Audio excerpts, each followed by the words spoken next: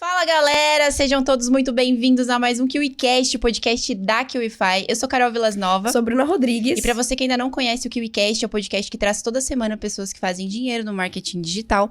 E hoje o nosso convidado é muito especial. Ele é terapeuta, professor, empresário e pesquisador. Há 6 anos no mercado digital, ele já faturou mais de 250 milhões de reais e construiu um verdadeiro império, tendo mais de 80 mil pessoas em sua comunidade, espalhadas pelo mundo.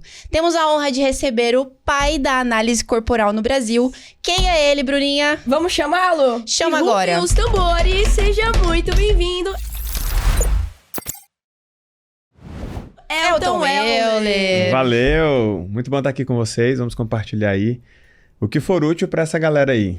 Coisas sobre marketing digital, comunicação, parte empresarial, parte de superação, parte de desenvolvimento humano. Vamos fazer um papo legal aí. Hoje vai ser um papo daqueles, né? Hoje Não profundo, sei se essa mesa vai aguentar o peso, mas... Nossa, O papo do almoço foi bom. incrível. Se tivesse gravado, já seria um ótimo Nossa, podcast. É verdade. Como sempre, o Offcast dominando. Entrega muita coisa, não é Sim. mesmo? Mas olha só, Elton, você tem uma trajetória de sucesso, né? Durante aí seus anos dentro do mercado, tanto dentro do digital quanto fora.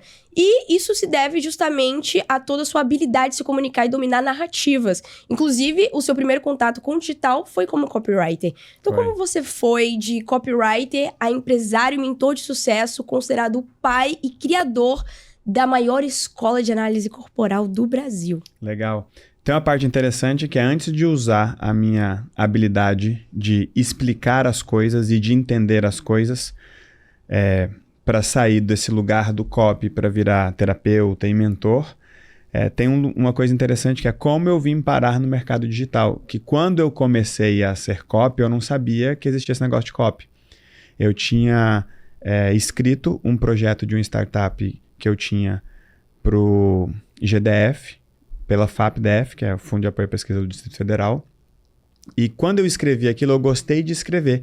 E eu entendi que aquele projeto não seria analisado por empreendedores, muito menos por empreendedores inovadores. Seriam analisados por pesquisadores da academia, que naquele momento era a primeira vez que o GDF estava investindo em pesquisa com inovação tecnológica, que no fundo era uma startup. Ou seja, a pessoa que ia analisar aquilo não entendia nada do que nós falávamos, de inovação, de escala, de nada daquilo. E eu consegui fazer uma escrita muito persuasiva e eu escrevi o meu projeto e o projeto de uma pessoa que eu tinha conhecido nesse universo ali na época. E os 2 projetos foram aprovados. E eu falei, sou muito bom nisso. Peguei gosto. E esse projeto não deu certo. Eu falo que eu quebrei 17 vezes, essa foi a 17ª. Foi um projeto que um amigo investiu 100 mil, o governo do Distrito Federal investiu 200 mil e o projeto não deu certo. E aí eu precisei me reinventar. Aí eu descobri o tal da copy. Eu descobri que eu era bom de escrever roteiros, narrativas, mas que existia essa coisa de copy. E eu sempre gostei de novidade, mas eu sempre tive preguiça das modinhas. Então, na época, estava a modinha do coaching, na época estava a modinha própria da startup. Então, você tinha uma ideia, era uma startup. Você falava alguma coisa legal, você tinha potencial para ser coach. Quando eu me vi um bom escritor, vamos dizer assim, me falaram dessa tal de copy. Eu não sabia o que era, mas você já fazia. Já fazia. Falei, deixa eu ver o que é. Porque uma pessoa me disse, isso que você faz é o que um copy faz. Você está escrevendo copy. Eu falei, deixa eu entender, porque para mim eu estou só convencendo alguém e estou vendendo. Ele falou, pois bem, isso é copy. E aí eu descobri que eu era bom nisso. Fiz lá a construção do Manês. Comecei a escrever para as pessoas. Foi quando o marketing digital estava começando a estourar. E eu tinha encontrado umas pessoas que não tinham conseguido performar. Então eu só escrevia para quem não tinha dado certo. Entendi. Quem já tinha tentado de algum jeito e não tinha conseguido. E aí eu criei o que eu chamei de método humanês, que era para trazer uma copy humanizada. Seguia script, mas não desumanizava nem a pessoa que estava fazendo e nem a relação. E para isso, eu desenvolvi uma coisa chamada características humanas, que eu não queria usar aqueles templates de entendimento do avatar, que eu já não queria, eu não gostava dessa coisa, um avatar, peraí, tem uma pessoa ali, deixa eu entender essa pessoa, quais são as características humanas dela. E nisso, eu desenvolvi uma habilidade muito grande de observar as pessoas. Então, a base de todas as minhas construções, elas partem de um ponto de observação e dedução. Observação e dedução, entre uma coisa e outra, teste. Então, a mesma coisa que a essência do que eu fazia como copy, eu comecei a fazer como mentor e terapeuta. Observar e deduzir. Após deduzir, testar e observar novamente. Após observar novamente, testar e deduzir. Só que eu faço isso muito rápido. Eu realmente fiquei muito bom nisso. Então, o Humanês deu muito certo. Aí, ali, eu tinha o desafio de explicar coisas difíceis. Eu brinco que a minha maior vantagem de ter começado como copy, que eu tive que escrever sobre tudo. Então, se você quiser conversar sobre cocô de bode, eu sei porque que um é durinho, o outro não, e quanto vale um bode que está com cocô de um determinado tipo de jeito. Se você quiser falar sobre advocacia, sobre o mercado financeiro, sobre emagrecimento, sobre menopausa, sobre parto, sobre gestação, sobre criação de filhos, sobre investimentos, eu vou conseguir transitar sobre tudo isso. Eu aprendi a pegar a parte que importa dos conhecimentos. Eu realmente fiquei muito bom nisso, porque eu tinha pouco tempo para explicar coisas que eu não conhecia, então eu tinha que extrair da pessoa, observação, e partir para uma explicação que outra pessoa fosse entender do lugar que ela estava, daquele nível de consciência. Então eu precisava deduzir o universo daquela pessoa e criar uma ponte entre uma coisa e outra. E nessa escola de comunicação, eu tive acesso a muitos conhecimentos. E eu brincava com os meus alunos. Vocês não se importam o suficiente, porque quem se importa o suficiente não fala que tem medo de vender. Sim. Não fala que está tímido. Quem se importa o suficiente faz de tudo pela outra pessoa, principalmente vender para ela. Porque se você não vender, não tem transformação, independente do que você faz, partindo do pressuposto que o seu produto realmente transforme alguém. Então, você está com medo de vender? Tá, o quanto você se importa com o seu cliente? Porque a relação, de fato, começa depois que você vende para ela. Então, eu parti desse lugar. E eu tinha alunos que tinham todo tipo de conhecimento e muitas vezes não usava ou não usava do jeito certo. E eu sempre falava nos masterminds que eu ia, nas palestras que eu dava, nos eventos, enfim, de forma geral, que eu era uma esponjinha. E eu ia usar tudo que eu ouvisse para mudar a vida das pessoas, ou para vender para elas, ou as duas coisas, porque eu acredito que você só muda a vida da pessoa que você vendeu para ela. Se a pessoa não te deu dinheiro, ela não confia em você. Perfeito. Aqui a gente já vê algo, uma lição muito interessante sobre, inclusive, como ser um bom copywriter, porque um bom copywriter, ele só se forma através de muita pesquisa. Sim. E do quanto você pesquisou sobre o assunto que hoje você domina como ninguém, é bizarro. Você já tem aí uma trajetória, uma jornada que prova isso. Agora, você sempre foi um bom comunicador? Eu tive um período da minha vida que eu dei muito errado. Então, quando você quebra muitas vezes, quando você falha muitas vezes, é difícil você dar valor no que você está fazendo. Então, quando você fala, você era bom em alguma coisa, naquela época da minha vida, eu de verdade não me sentia bom em nada. Tanto é que o dia que eu fui criar o Humanês, eu cheguei no escritório que eu tinha um amigo lá que eu dividi escritório com ele, ele olhou para mim e falou assim, o que foi que você tem hoje? Você tá amarelo. Eu falei, me deixa. Ele, não, fala sério, moleque, você tá mal. Eu falei, tô precisando de dinheiro, você não tem? Eu já sabia que ele não tinha. Ele, mas tá precisando de quanto? Eu, 30 mil. E na época, para mim, aquilo era muito dinheiro. Ele falou, mas vamos fazer essa grana. Você é bom no quê? Aí eu brinquei com ele, eu falei, ultimamente a única coisa que eu tenho feito bem feito, tanto que eu tava com a autoestima baixa, né, machucado, falta de grana, né? A única coisa que eu tenho feito bem feito é fazer esses vídeos para você, porque eu dava dicas para ele. E ele falou, porra, isso é muito bom nisso. Vamos fazer isso para outras pessoas? Volta para casa, pensa como é que você pensa, e aí ver se dá para ensinar isso para outras pessoas. E eu fiz isso, eu fui para casa, eu manjo muito de design, né? Design de serviço, de experiência e tal. Comecei a colocar meu pensamento na parede. Eu queria uma matriz, eu falei, pô, isso dá para ser ensinado. E de fato, é uma questão de observação. E eu desenvolvi um poder empático tão grande que quando eu escrevia para as pessoas, eu me fingia delas. Eu escrevi para Priscila Hinkle. Ela não está no mercado mais. Na época, ela ensinava como criar cursos online. Ela fazia isso nas faculdades americanas e ensinava isso para os brasileiros. E não estava tendo muito sucesso. E quando eu escrevi para ela, ela foi uma das minhas primeiras alunas e primeiras clientes de consultoria. Então, ali foi quando eu fui testado, de fato. E ali eu vi o poder do Humanês. Porque quando eu comecei a fazer aquilo, o resultado dela veio muito rápido. Eu lembro que eu escrevia para ela, ela tinha um jeitinho tipo de Sandy, sabe? Toda meiguinha, ela falava, oi, pessoal, não sei o quê. Eu escrevia assim, ó. Aí depois eu fui escrever para um outro cara que era gago. Sério, eu ficava meio... Pra incorporar. Para incorporar, para pegar as referências. Então, quando eu fui para o universo terapêutico, observar as pessoas era muito fácil para mim. E o meu primeiro lugar como atuação, como expert nisso, foi depois que eu tive a ideia do Corpo Explica. Eu tive acesso ao conhecimento através de 2 alunos que eu tinha e vi que eles não usavam. E aí eu entendi que aquele conhecimento não tinha sido aplicado, não tinha ganhado escala ou relevância. Por quê? Era um conhecimento que ele tinha uma explicação que não tinha sido evoluída, então ficava um papo de doido entre dois terapeutas, geralmente psicólogos ou coisa do tipo, alguém que tinha esse tipo de conhecimento. E era um conhecimento denso, com nomes feios, com coisas difíceis de explicar. Quando eu ouvi, eu falei, entendi porque que isso parou no tempo. E não existia uma forma de aplicar aquilo, não existia uma forma de medir, que eram os traços de caracteres lá da época do Corpo Explica. Quando eu vi isso, eu falei, putz, se eu explicar isso e criar uma ferramenta, eu faço um gol de bicicleta. E fiquei com isso na cabeça. E aí, isso as pessoas não sabem. Eu já tinha tido a ideia do Corpo Explica, não tinha compartilhado nem com as pessoas com as quais eu criei isso. E eu fui testar a explicação. Então, eu fiquei insuportável na época. Por quê? Todo mundo que chegava lá em casa, não era amor? Todo mundo que chegava lá em casa, eu ia explicar o traço de caráter. E o que eu estava testando?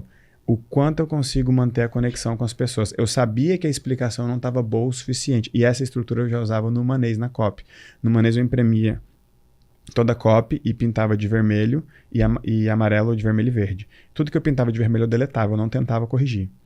E a minha premissa era, fica de vermelho aquilo que é importante para mim e fica de verde aquilo que é importante para o outro. Eu deletava tudo que era importante só para mim. No começo eu tentava melhorar ou justificar no parágrafo abaixo. E às vezes um parágrafo virava 2, 3, 5 para justificar um troço que no fundo era importante para mim. Aí eu comecei a passar a faca. Então as minhas copies elas ficaram muito atrativas, muito atraentes, porque a pessoa, ela olhava aquilo e falava, esse cara tá falando, não era nem comigo, esse cara tá falando de mim, porque eu tinha feito as características humanas, a jornada emocional e sentimental desse cara até o problema e a vontade de resolver aquele problema. Isso vale para qualquer venda, para qualquer nicho, para qualquer segmento. Eu falei, deixa eu explicar isso de diversas formas e ver quando perde a conexão. Então, às vezes eu explicava para a pessoa até o final, mas eu já sabia, perdi essa pessoa aqui. Eu expliquei traço de caráter, porque o traço de caráter não foi eu que descobri, não foi eu que criei. Isso já existia do Wilhelm Reich, um cara contemporâneo a Freud. Nós explicamos isso de forma contemporânea e criamos um método para medir. Só que antes eu precisava, será que eu consigo explicar para as pessoas? E a primeira semana foi insuportável, porque não dava para chegar até o final, só que eu não mudava de assunto, deixa eu testar outras coisas. Até que eu consegui explicar para 3 pessoas ao mesmo tempo. E pessoas de níveis de consciência diferente, lugares diferentes. Falei, pô, a explicação tá boa. Então, ali, eu comecei a observar não só o quanto as pessoas estavam entendendo, mas o quanto elas estavam se conectando com aquilo, tentando se entender. Nesse tempo de campo de batalha, você foi lá testar, você foi no campo. Quanto tempo você demorou até você realmente se conectar e fazer as pessoas entenderem o método, a explicação? Foi rápido, acho que mais ou menos em uns 25, 26 dias, eu já tinha entendido o jeito certinho de explicar. Eu já tinha chegado numa explicação que pudesse ser abrangente e já tinha testado com um volume de gente diferente. Então, cara, pode chegar um médico ou uma dona de casa que eu vou fazer as duas entenderem que o formato do Corpo Explica como a mente delas funciona. E a essência do Corpo Explica, no fundo, foi isso. Colocar um médico, um psicólogo e uma cabeleireira, uma dona de casa, uma mãe na mesma sala estudando a mesma coisa, muitas vezes com o mesmo objetivo. Interessante. E ainda falando sobre a questão ali do seu começo, você citou aí o seu método, né, muito conhecido, o método Manês da comunicação humanizada. Como é que ele ajudou a destravar a comunicação de grandes players dentro do mercado? Na época, eu destravava escrevendo. Eu também tinha o curso, mas o curso ele era denso, porque os cursos de copy na época, eles iam ensinar os gatilhos, algumas estratégias de persuasão, de conexão, para chamar atenção. E eu sempre gostava de fazer as pessoas pensarem, porque eu entendia que se você entender mais do seu cliente e depois mais do seu produto, mesmo que você faça uma copy que não tenha a melhor estrutura, vai ter a melhor conexão e vai ser fácil ajustar. Então, talvez você perceba que a sua copy não está convertendo muito, mas tem muita conexão. Legal, talvez só esteja faltando clareza de que você realmente está vendendo, talvez só esteja faltando o comando para ação, que são as estruturas essenciais de uma boa copy. O ponto que quando eu destravei o resultado de grandes players, foi escrevendo para eles. E nesse ponto foi humanizando a comunicação. Humanizar eu não posso impor a você ou propor para você um jeito de se comunicar igual eu proponho para ela, porque são pessoas que conversam de um jeito diferente. E aí tem uma segunda camada. O jeito diferente de vocês se comunicarem não pode, era como eu pensava, né? Não pode desconsiderar o meu jeito de se comunicar, ou seja, logo o que importa é o perfil de comunicação do cliente. Então tem muita gente que trava na hora de se comunicar, na hora de escrever, porque fica buscando o seu jeito de se comunicar. Cara, você pode se comunicar do jeito que você quiser, mas você precisa priorizar o tempo do cliente. Quando eu ensinava e eu destravava os comunicadores ali, os players, influenciadores, infoprodutores, vendedores, enfim, para mim é sempre vendedor. As pessoas precisam abraçar um pouco essa ideia de... Sim. de Eles são vendedores. São vendedores. E então. aceitar. E aceitar. Tipo, encara isso, pô, é a sua profissão, né? Eu brincava que o copy, ou o escritor, ou o vendedor, ou nesse caso, que eu atuo mais hoje, no meu negócio, eu sou meu próprio copy. Mas antes de tudo, eu sou o mentor. E no fundo, o mentor, ele segue, pelo menos eu sigo, acredito que seja assim, um caminho muito parecido com o do copy, que para mim é muito parecido com o de um corretor imobiliário. Quando você vai ver um apartamento, ou uma casa, por exemplo, você chega na sala, você quer saber os detalhes suficientes daquela sala, depois você quer ir para o próximo passo. Se o cara não vai para o próximo passo, você já se desconectou dele, você quer seguir e ele não foi. E aí, nesse mundo de internet, é a hora que o dedinho da pessoa passa para cima Sim. ou para o lado. Então, eu tinha muito esse compasso ali, esse passo a passo, ele deixa eu ir junto com o meu cliente, ele precisa estar comigo. Na mentoria é a mesma coisa, essa pessoa precisa estar comigo, ou para entender, ou para ter coragem, ou para perceber, ou para resolver, ou para se proteger, ela precisa estar no passo certo e eu preciso estar no mesmo passo que ela. E eu brincava com eles, falei, cara, ou você foi rápido demais e o cliente ficou para trás, é quando você chama a moça para jantar, ela aceita, chega na sua casa, quando você abre a porta você tá de cueca.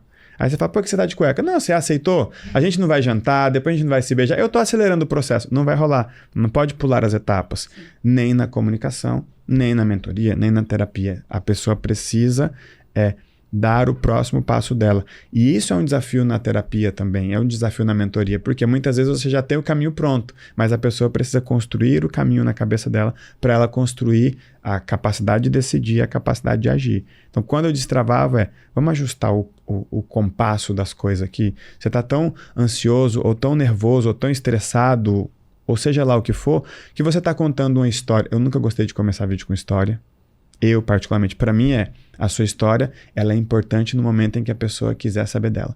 E teve uma época na internet que a pessoa começava com aquela jornada do herói, você vai saber da minha história. E eu falo, cara, talvez a sua história não seja a coisa mais importante para você vender, até porque a verdade é que muitos de nós não temos uma história tão boa o suficiente. Talvez o principal elemento da sua copy não seja a sua história, seja a sua vontade, seja o seu método, seja o seu resultado. Então eu colocava cada um na sua caixinha, cada um no seu passo. Então, assim, eu consegui destravar muita gente. Interessante você falar isso, porque é exatamente isso que a gente vê no digital. Sim. Ou, às vezes, a pessoa tem uma história interessante, mas por não saber dizer, ou se comunicar, ou despertar esse desejo de ficar ali ouvindo a minha história, ela não fala porque, não tem uma história interessante. Mas não sabe passar, não sabe se comunicar de fato, né? E é fácil nesse lugar de vou usar minha história para vender, a pessoa entrar até na síndrome do impostor, que ela fala, beleza, vou contar a minha história. Só que antes de contar a história dela, ela assistiu 2 pessoas contando suas próprias histórias. Ela fala, minha história é um lixo perto. Tão boa assim. Não é tão boa. E aí, vende quem tem a melhor história? Eu concordo que histórias conectam. Elas não necessariamente convertem, não necessariamente convencem. Histórias conectam, mas se eu for te contar a minha história no momento em que você quiser saber da minha história, ela vai ser muito mais relevante. Então eu sempre trabalhei o que é relevante para aquela pessoa naquele momento. Eu acho pouco provável que a coisa mais importante que a pessoa precise ouvir nos primeiros minutos de uma copy ou de uma conversa seja a história do outro. Seguindo aquela premissa da matriz do Manês. Só fica o que foi importante para o outro. Então, eu conto a minha história quando ela é importante para o outro. Então, eu preciso construir uma importância para a pessoa chegar e falar assim, mas quem é você para estar me falando tudo isso?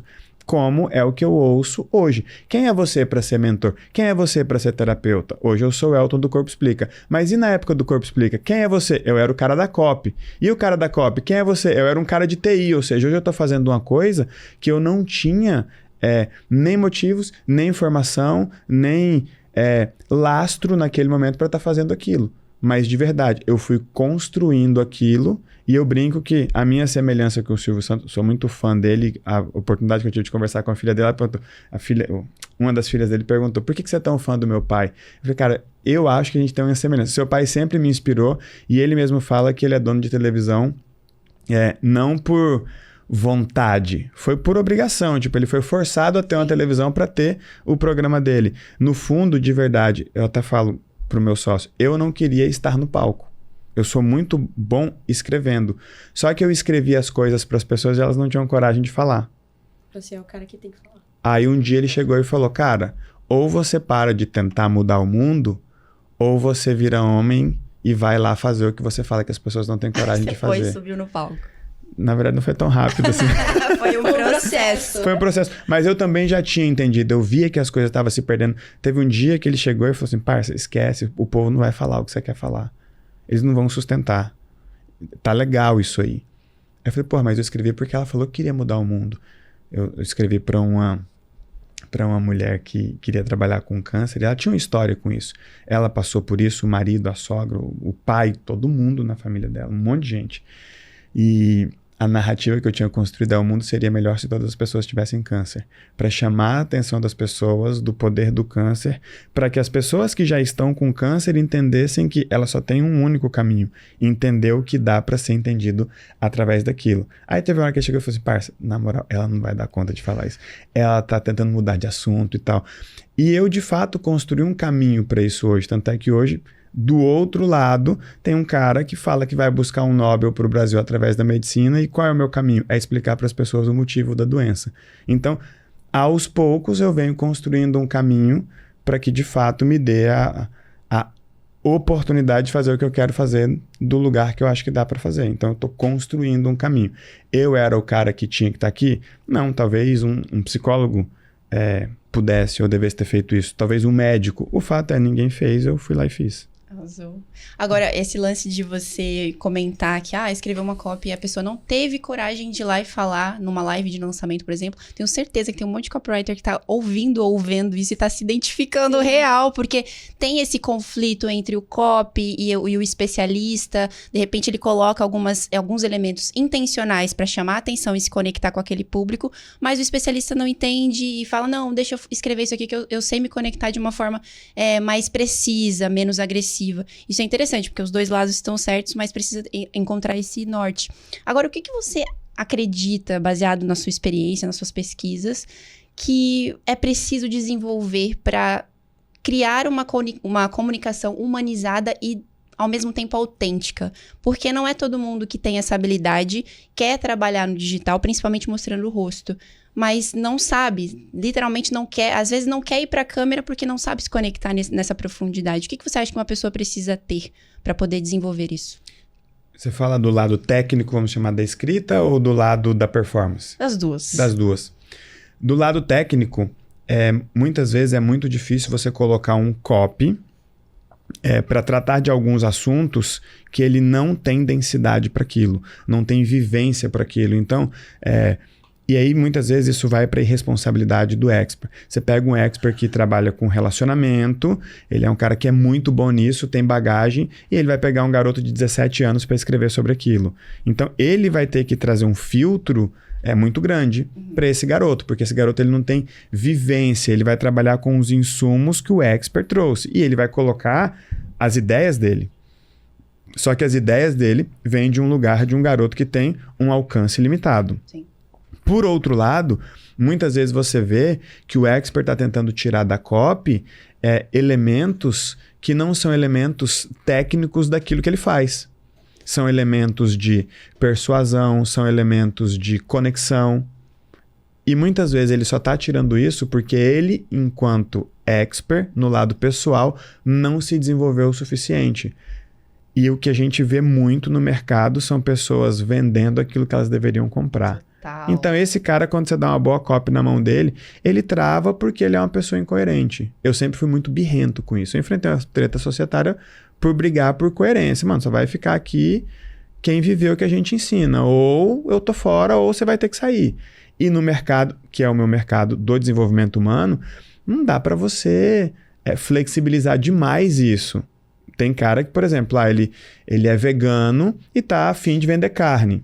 Ok, faz parte da índole dele, do caráter dele ou do perfil dele e tá tudo bem. Só que quando você é expert, a sua imagem, ela vai ancorar tudo que você está falando. E aí a gente entra justamente nessa questão da imagem, da identidade. Muitas vezes a pessoa não está resolvida consigo, não está resolvida com o passado. E aí você vai para a internet. Quando você vai para a internet, a primeira coisa que você encontra é o seu passado. São seus amigos, as pessoas que te conhecem, as pessoas que conhecem a sua versão. Então, quando eu fui para a internet, enquanto o Elton do Corpo Explica, depois eu saí do Corpo Explica, voltei para o Corpo Explica, criei o GPS, tive toda essa jornada. Quando tudo começou, quem eram as pessoas que estavam me seguindo na internet? As pessoas que me conheciam. Então era natural as pessoas perguntarem, tá, mas quem é você para falar o que você está falando? E aí nesse momento, acho que o expert só precisa evoluir o suficiente para dar conta de ter uma boa resposta para isso. Você é alguém, talvez a resposta do quem é você não seja boa o suficiente para o outro, ou no fundo talvez que você não esteja bem o suficiente com essa resposta. Então existe uma grande responsabilidade na hora de você pensar, poxa, eu tenho bagagem nesse nicho aqui, eu tenho conhecimento, eu desenvolvi uma solução, um método para vender para esse público, mas se eu não tiver o autoconhecimento, a aceitação de identidade, todas as questões pessoais resolvidas, talvez eu não sustente o que eu preciso quando eu for enfrentar o grande público. Exato. A velocidade do faturamento, do crescimento do resultado de uma pessoa, do negócio dela, está totalmente ligado à velocidade com que ela se resolve com o seu passado, com que ela se resolve com as suas relações. Tipo, hoje, enquanto terapeuta, eu atendo gente grande do meu mercado. Tipo, gente grande, muito grande. Cara que precisa destravar alguma coisa ali. E é sempre na relação. Então, eu fui afunilando porque eu entendi que a solução, quando ela não é uma falta técnica, ela está no mundo relacional. Ela se manifesta nas emoções, mas está sempre nas relações. Relações interpessoais, relações amorosas, qualquer tipo de relação. Predominantemente familiar. Por quê? Porque é ali que você vem se formando. E o meu olhar, ele observa tanto isso, que você falou assim, poxa, tinha uma época da minha vida que eu vivia doente, aí tipo assim, na minha cabeça alguma coisa aconteceu quando tudo aconteceu. De vez em quando eu precisava correr para o hospital para tomar uma bezetacil. Eu só preciso saber o rolê daquela semana para entender o resto. E aí não importa a carreira, não importa o currículo, não importa o talento. Tem gente que sabe mais e fatura menos. Sim. Aí você pega e fala, beleza, ele sabe mais, mas na hora de dizer um não para cá, ele é frágil. Entendeu? E você pode ter uma pessoa assim na sua equipe, ou você pode ser o expert que está nessa situação. Tem cara que tá sempre escrevendo para um expert que na hora de ser feliz, o expert se separa, o expert briga com o sócio, ele fala, putz, tô sempre me ferrando, tô sempre pegando o parceiro errado, tô sempre pegando a pessoa errada, na minha vez de ser feliz dá alguma coisa errada e o cara nunca cresce.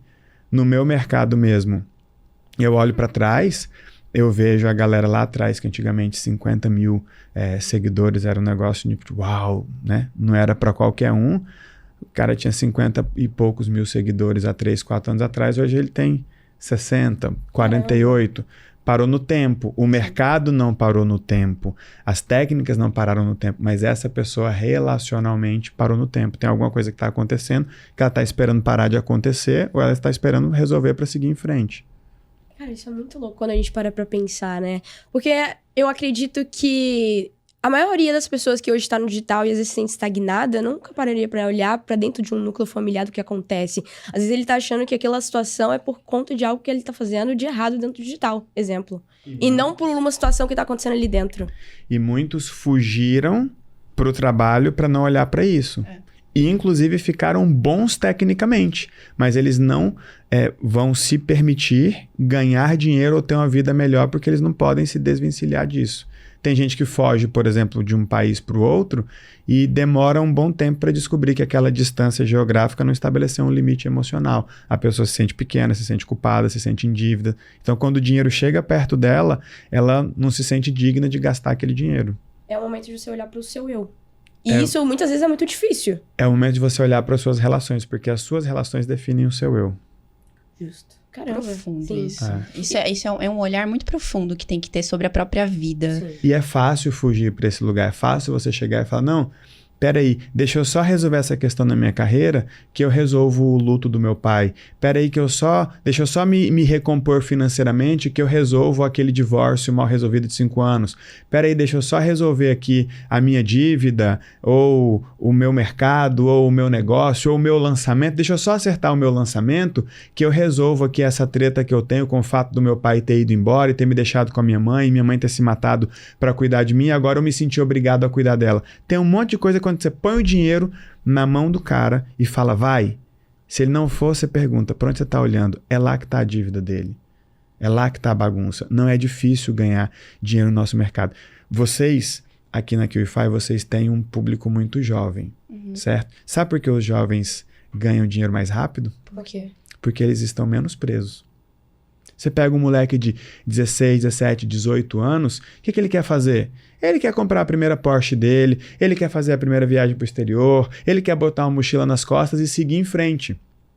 Ok? Você pega aí muito médico, muito psicólogo, muito professor de faculdade, muita pessoa com bagagem que tem condições de usar a internet para alavancar sua própria carreira, mas quando você olha o ponto de vista de liberdade relacional, ela perde para esse garoto de 19 anos. Ela não pode seguir em frente, o garoto é livre para estar aqui ou para estar ali. Essa pessoa muitas vezes passou a vida cuidando de alguém, ou depende de alguém cuidar dela. Tem sempre um peso relacional ali que nem faz sentido ela ter dinheiro, porque se ela tiver dinheiro, ela vai se sentir culpada por ter aquele dinheiro. Ou, se ela tiver dinheiro, ela vai distribuir aquele dinheiro e essa dívida nunca vai embora. Ela nunca consegue gastar o dinheiro que ganha. Se a pessoa não consegue gastar o dinheiro que ganha, porque ela não pode, entra naquele universo da permissão, se ela não consegue gastar o dinheiro que ganha, aí é melhor não ganhar. Aí ela fica naquele limiar ali. Acerta um pouquinho no lançamento, volta. Acerta em um lançamento, erra no outro. Acerta num lançamento, bate um carro. Acerta num lançamento, fica doente. Tem gente que está ouvindo a gente aqui que você sabe. Se o lançamento der errado, ela arregaça a camisa e trabalha. Se o lançamento der certo, na semana seguinte ela está gripada, está com febre, está desanimada, não sabe o que fazer com aquilo. Quando naturalmente ela deveria estar indo atrás do próximo nível. Justíssimo.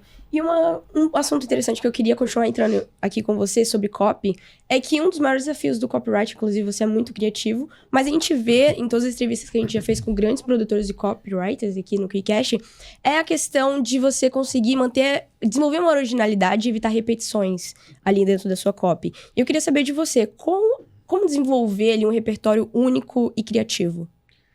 Eu trabalho duas coisas. Eu trabalho sempre com a teoria do território. Não é sobre o que você está falando, mas para qual território você leva a pessoa quando você puxa esse assunto. Pode ser emagrecimento, pode ser comunicação, pode ser desenvolvimento pessoal. Então, por exemplo, no Humanês, o meu assunto era copy, era comunicação, mas eu levava a pessoa para um território que era as pessoas que fazem parte dessa tribo, elas se comunicam de forma humanizada. Se essas pessoas se comunicam de forma humanizada, quem não está aqui se comunica de que forma? Desumanizada. Então eu fazia a pessoa se identificar com aquele território e desejar ir para lá. Quando eu vou para o Corpo Explica, por exemplo, teoricamente o nosso assunto é desenvolvimento pessoal. Só que eu trago o quê? Um território da análise corporal. Então existem 1000 maneiras, 1000 técnicas, 1000 profissionais para te ajudarem a se desenvolver pessoalmente, mentalmente, emocionalmente, relacionalmente. Só que aqui tem uma pessoa que parte do pressuposto que o formato do seu corpo explica tudo. Você tem corpo? Ele tem uma forma diferente de algumas pessoas e semelhante a outras pessoas? Pois é, ele explica o seu padrão de funcionamento. Então, eu criava um território. Quando eu venho e crio o GPS, o assunto também é desenvolvimento pessoal. Só que ali no Corpo Explica nós tínhamos um viés técnico também. Aqui você tem um desenvolvimento pessoal para o público final e eu tenho um território completamente diferente. Não é mais o território da análise corporal, é um outro território, que é o território da dependência emocional e da falta de permissão. Então eu falo da mesma coisa que todo mundo fala, de um jeito que ninguém fala. Aí você traz a novidade, você traz a originalidade, você traz a curiosidade e, acima de tudo, você traz a identificação. Então, todas as minhas construções de narrativa, eu trabalho com territórios e com as caixinhas. Para quê? Para gerar predominantemente identificação. Eu nem preciso que a pessoa fique tão curiosa. Por isso que os meus anúncios, eles não são tão chamativos. Eu não tenho aquele negócio do, ei, sabe, da melancia, olha pra mim e depois eu vejo o que é que eu faço daqui. Eu não tenho isso. Não preciso. Não preciso. Desse jeito que eu construo. Eu trabalho uma identificação forte e crio a separação das caixinhas. As pessoas podem falar que elas odeiam rótulos, mas elas precisam deles para se identificar. Então, eu sempre trabalho com as caixinhas. Então, ali na construção do Corpo Explica, por exemplo, isso era natural porque eu tinha as caixinhas dos traços. Então, a pessoa olhava várias caixinhas e pensava, poxa, qual eu sou? Será que eu sou mais esquizoide, oral? Ela tenta se identificar e tenta enquadrar os outros. E muitas vezes ela tenta muito mais enquadrar os outros do que se enquadrar. Mas, de fato, já gerou o quê? A identificação. Quando eu venho aqui, por exemplo, para as nossas construções do GPS, nosso maior lançamento, nossa maior campanha é a campanha do Resgate dos Otimistas. Nessa campanha, eu trago, por exemplo, 2 grandes gavetas e na gaveta principal eu tenho 3 caixinhas. Eu trabalho 4 tipos de otimistas. Um é o otimista realizado, o otimista com resultado. E os outros 3 são aqueles otimistas que, apesar de serem otimistas, não tiveram resultados. Então, a pessoa já tem uma identificação. Eu sou otimista, eu acredito no futuro, eu acredito na vida, eu acredito em mim, mas eu não tenho resultado. Devo ser um desses 3. Ela quer saber o nome de cada gavetinha. Aí eu venho. Primeiro otimista é o otimista carente, que não tem resultado por causa disso, disso, disso. Aí eu aterrizo no meu território, que é o território da dependência emocional e da falta de permissão. Segundo otimista é o otimista inseguro, que apesar de ser otimista, ele é inseguro. Volta para o lugar das relações, aterriza no lugar que é o meu território, dependência emocional e falta de permissão. Depois eu tenho o otimista guerreiro, que apesar de acreditar, que apesar de ser forte por causa dos seus desarranjos relacionais, ele está sempre lutando a treta errada. E no digital tem muito desse cara. Muito. Que é o cara que ele está tentando faturar muito, mas ao mesmo tempo ele está tentando salvar o casamento do pai dele. Uhum. Ele está tentando salvar a cunhada, o cunhado. Então ele é praticamente um herói e ele não foca no negócio dele. Ele está se distraindo. Por que ele está se distraindo? Por que ele se mete nessas relações? Por que ele não se permite focar 100% ali? Por que ele pode fazer a tarefa, mas não pode ter o resultado? Ou seja, eu gerei a identificação e agora a pessoa está curiosa. Deixa eu ver mais um pouquinho. Deixa eu ver se eu realmente sou dessa caixinha que eu acho que sou. Quando ele se identifica sendo dessa caixinha que ele acha que é, o que ele quer? Sair de uma dessas caixinhas dos otimistas sem resultado e conseguir ser um otimista com resultado. Então, nisso, eu vou criando um envolvimento natural, sem pressa de chegar no final. Aqui no começo, essa pessoa só precisa entender que ela é otimista, que bom que ela é otimista, mas ela não tem resultado por causa da carência, da insegurança ou dessas guerras. Qual que é a causa disso aqui? Falta de permissão, dependência emocional por causa dos padrões vingadores, dos padrões controladores da dependência emocional, que pode ser vítima natural, vítima intencional, vingança e narcisismo. Naturalmente eu estou desenrolando, eu sou o corretor agora, ó, essa aqui é a sala, agora vamos ver a cozinha, gostou da cozinha? Vamos ver aqui a churrasqueira e vamos avançando. Se a pessoa quiser ver mais, a gente avança. Então, por exemplo, eu não tenho esses anúncios publicitários na internet. Um dos meus anúncios campeões é um vídeo de 9 minutos. Eu começo, para mim, o que é um vídeo de 9 minutos? São vários vídeos de 30 segundos. Vamos conversar 30 segundos? Então, em 30 segundos não dá para falar de dependência emocional, mas dá para falar de otimismo, de resultado e falta de resultado. Ah, não, me dá mais 30, vamos falar das caixinhas. Me dá mais 30, explica a primeira caixinha. Me dá mais 30, explica a outra caixinha. Me dá mais 30, explica a outra caixinha. Então, para que esse processo avance, a gente vai sempre trabalhar com o território, qual que é o seu território. Você pode falar de emagrecimento, por exemplo, mas esse é o assunto. Exemplo, eu escrevi um livro sobre emagrecimento. Se chama O Corpo Explica as 3 funções do excesso de peso. Então, eu já venho para um assunto com um território totalmente diferente. Qual território é esse? Que o excesso de peso tem uma função. Ou seja, é um território que ninguém fala. Todo mundo fala que a gordura é isso, a obesidade é aquilo, mas ninguém chega e fala, ei, o peso extra que você carrega tem uma função. Você sabe qual é? A pessoa nem sabia que tinha uma função. Eu já levei ela para um território. Dentro desse território eu tenho proteção, destaque e força. Mais uma vez a teoria das caixinhas se aplicando. E aí nunca fica cansativo, porque, por exemplo, se nós pensarmos que o que nós estamos fazendo agora no podcast tem que ter um começo, um meio e um fim para dar um corte legal, qual que tem que ter o seu tamanho desse corte? Talvez se cortar agora perde a graça. Uhum. Então, se você vai expandindo um pouquinho, quando você vê, você conseguiu o que mais desafiador na internet hoje, a atenção das pessoas. Agora, quando você vai criar essas narrativas, porque é como você disse, você não tem pressa de ir entregando os conteúdos, você vai construindo Eu não tenho pressa de chegar no final. Esse é um dos principais erros do copy. Ele quer chegar no final, ele quer chegar na solução dele, ele quer chegar na oferta dele. Por que você acha que as pessoas fazem isso hoje em dia? É a pressa pelo resultado? A pressa pelo resultado, a pressa pelo dinheiro, a insegurança de que as pessoas elas vão se convencer. No Manejo eu tinha uma coisa chamada jornada do convencimento. Do que eu preciso convencer a pessoa em cada etapa para que no final ela já esteja convencida daquilo que eu quero convencer ela, que é comprar um curso, fazer uma mentoria, mudar de vida, fazer parte de uma comunidade, estar com pessoas. De fato, é ter aquela ação baseada na proposta daquela copy. Então, para mim se não tiver uma conversa boa no começo, não adianta fazer pitch, não adianta nada. Para mim, o pitch é só abrir a porta, não é empurrar ninguém. E para criar essa conexão em cada 30 segundos de um vídeo de 9 minutos, por exemplo, precisa ter muita informação, ainda volta para pesquisa, precisa você entender do público, precisa você entender qual é o território que você quer aterrissar. E aí eu sinto um pouco de falta disso e eu vejo que essa é a grande dificuldade da galera também, prender a atenção do público, criar narrativas interessantes. Talvez pelo viés de copy, isso tenha me tornado um bom terapeuta. E talvez pelo viés de terapeuta, isso tenha melhorado a minha habilidade como copy. Mas, como eu faço isso?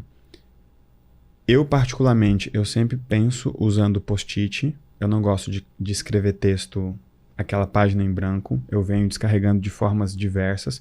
Essas pesquisas, elas são boas, mas no fim das contas, elas viram um compilado de dados que geralmente as pessoas não acessam.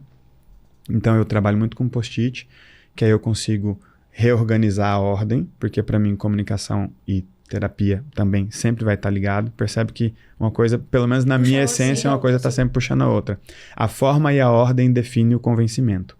Então, a terapia também não deixa de ser um convencimento. A mentoria não deixa de ser um convencimento de que o problema é aquele, de que a causa é aquela, de que a solução é aquela, de que a forma é aquela e de que o passo é aquele. Então, eu sempre trabalhei forma e sequência.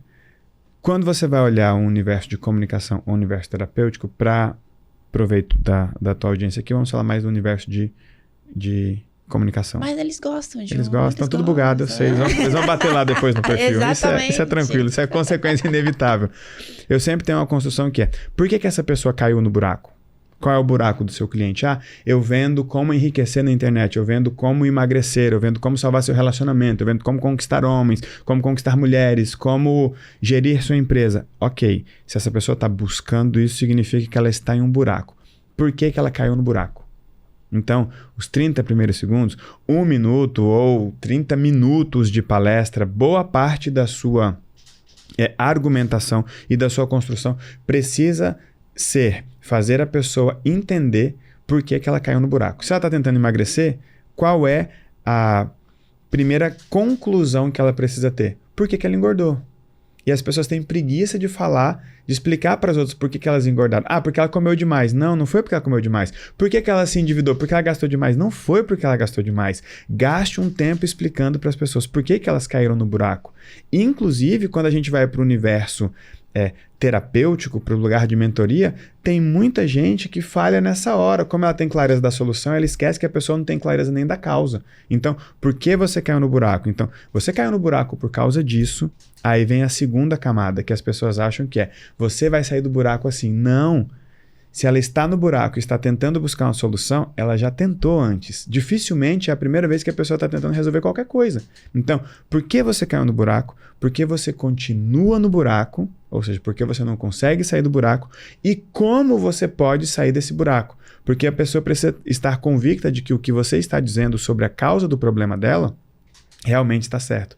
Ela vai olhar e falar assim, interessante, confio em você. Eu brinco ou brincava, não ensino mais comunicação, brincava com os meus alunos que o começo de qualquer narrativa tem o objetivo de fazer a pessoa soltar o mouse. Ou aquietar o dedinho aqui do Instagram, do TikTok ou qualquer coisa. Você caiu aleatório ali. 5 motivos pelos quais as pessoas não conseguem emagrecer. Tá, você está partindo do pressuposto de que as pessoas já entenderam por que elas engordaram. Testa explicar para elas por que elas engordaram. Ah, Elton, comeu demais. Isso é o que todo mundo fala para ela, mas se ela entender que tem outra causa, ela vai falar, peraí. Então eu venho fazendo essa construção e dizendo para a pessoa, eu sei do que eu estou falando. Independente do assunto, eu sei o motivo pelo qual você caiu no buraco.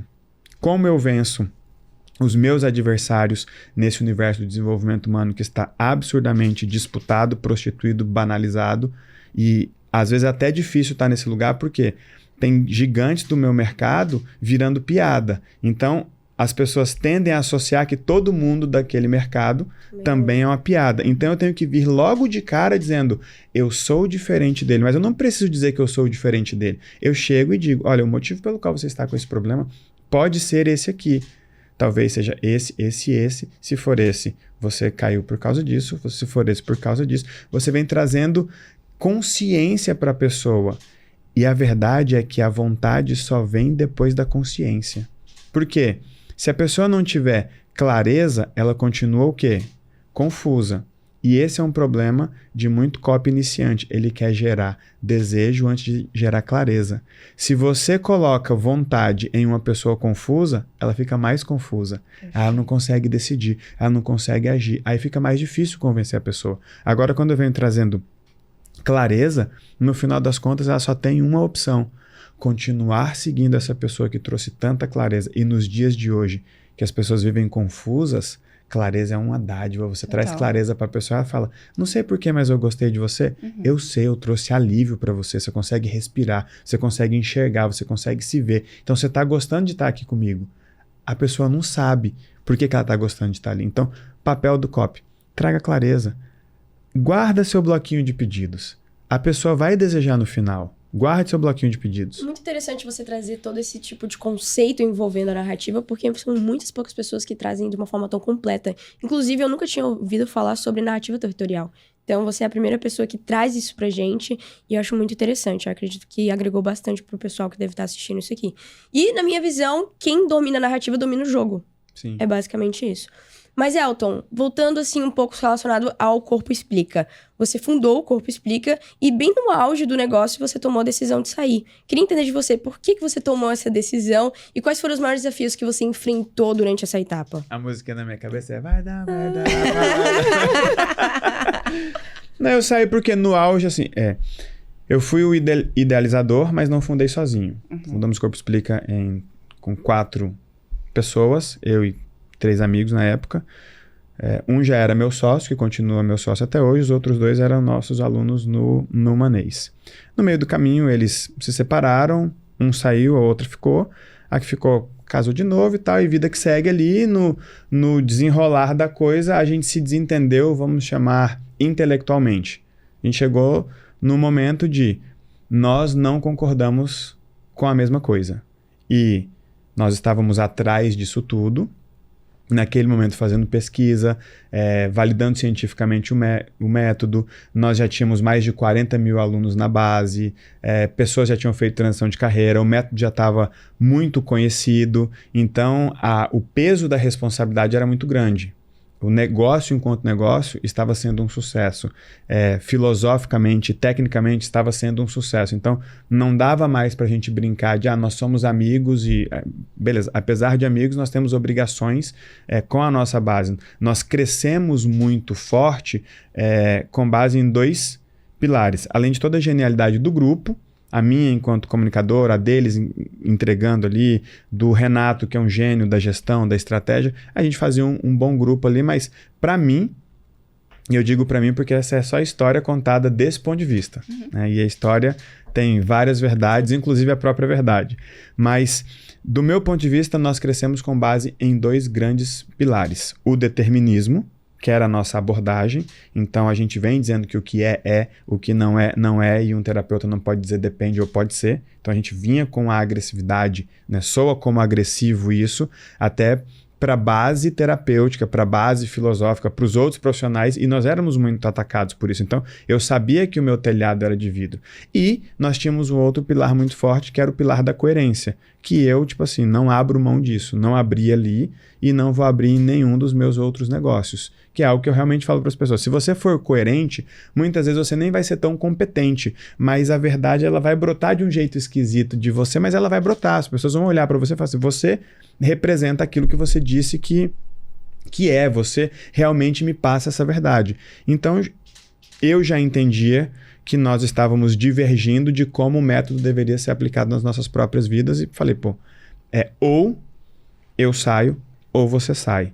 E eu estou disposto a sair. O ponto é, eu só vou ficar aqui se eu tiver certeza que as pessoas que estão aqui estão vivendo de forma 100% coerente com o método. E a dificuldade foi porque naquele momento tinha sido meu primeiro negócio de sucesso, ali que eu tinha conseguido parar de quebrar, tinha conseguido... Se bem que o Manês foi um negócio que interrompeu a minha quebradeira, que o negócio colocou dinheiro no bolso, foi ali que eu vi o primeiro 1 milhão, mas o Corpo Explica ganhou uma proporção absurda.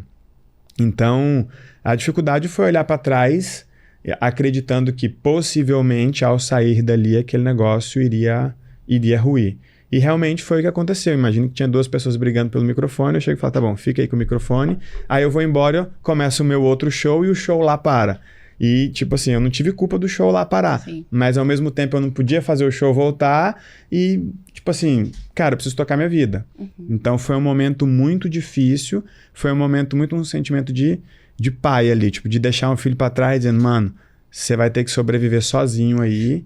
E eu acho que pela construção do método, eu pensei, isso se for forte o suficiente vai ficar de pé sozinho.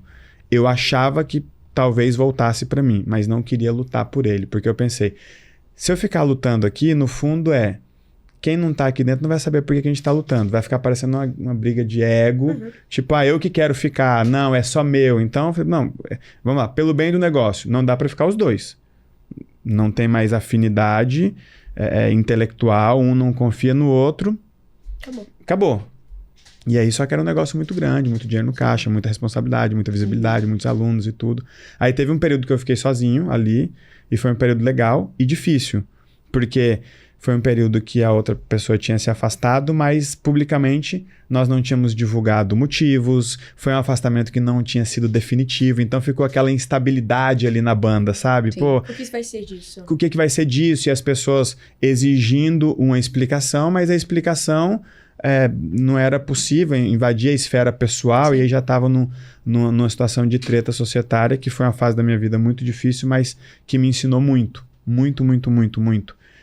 E aí eu decidi sair fora, sempre falo que foi com o apoio da mulher que eu tenho na minha vida, que se eu não tivesse essa mulher ao meu lado,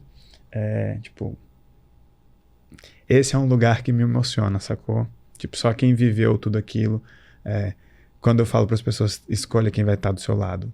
Porque no dia da treta, no dia da guerra, no dia difícil, você define o jogo com quem você escolheu estar do seu lado. Sim, certíssimo. Então, foi muito bom, foi assim que eu consegui vencer. Tipo, uma mulher incrível, os sócios que eu tenho, que eram sócios na época, os outros, né? Fora essa pessoa. Então, pessoas fantásticas, tanto é que nós começamos outra coisa juntos. E o meu desafio, a minha expectativa era... Eu me senti muito no rolê dos Mamonas ali, sabe? Tipo, cara, será que eu faço outro álbum tão bom? E minha esposa sempre me apoiou, sempre me desafiou, os sócios também. Eles viram os bastidores e sabiam o que eu tinha guardado na cabeça. Eu lembro que quando Steve Jobs saiu da Apple, teve um jornalista que entrevistou ele e perguntou se ele não tinha medo do futuro, alguma coisa. Eu não me lembro qual foi a pergunta. E ele respondeu, eu tenho 10 empresas na minha cabeça. E todas elas são maiores que a Apple. Na época, quando eu vi aquilo, eu falei, esse maluco tá blefando. Como, mano? É a Apple. E quando eu saí do Corpo Explica, teve um dia que eu tava sentado lá na calçada, eu dei um sorriso assim, eu falei, bora, vai ser maior. Eu lembrei dessa construção. E pra mim, naquele momento, o Corpo Explica era a minha Apple. Tipo, porra, Sim. O que nós tínhamos feito no mercado, ninguém tinha feito. Nós somos a única metodologia do desenvolvimento humano genuinamente brasileira e com validação científica. Então, tem caras grandes no mercado, mas eles importaram e tá tudo bem. Só que nós decidimos ir por um caminho de criar um método, validar o método, ter uma estrutura muito mais técnica. E quando eu voltei para o Corpo Explica, eu pensei, pô, beleza, eu já tinha criado o GPS já tinha se tornado maior que o Corpo Explica. Pensei, agora o Corpo Explica virou um ambiente técnico e o GPS um ambiente terapêutico. Mas nesse momento de transição, foi, e agora? Tipo assim, tá todo mundo esperando. Tipo o Renato Russo saiu da banda, e agora? Inclusive, qual que foi a sensação de voltar para um projeto que você construiu e validou cientificamente? Cara, ali era um negócio que eu precisava, sacou? Tipo assim, eu saí calado e machucado.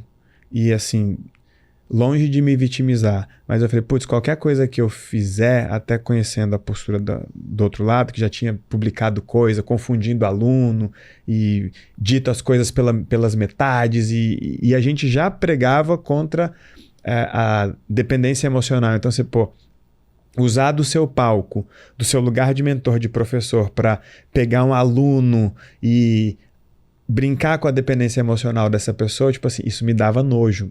Eu sentia como, tipo assim, dois pais se separando, usando os filhos para isso, longe de trazer essa metáfora de forma perfeita, porque o aluno ali não era um filho. Mas nessa dinâmica ficou. Aí eu falei, putz, então deixa eu ficar quieto.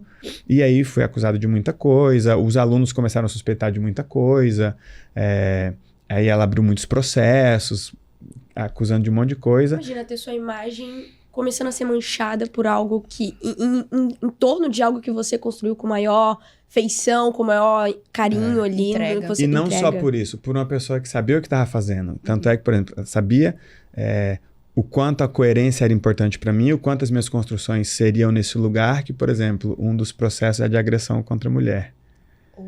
Aí você fala, mano, não tem pé nem cabeça aquilo, e era baseada numa coisa que, inclusive, nós pregávamos, que era a coisa do feminino ser saudável. Quando a mulher é saudável, ela é capaz de reproduzir filhos, etc e tal. Então se vitimizou, fez uma bagunça, ou seja, fez muito bem feito.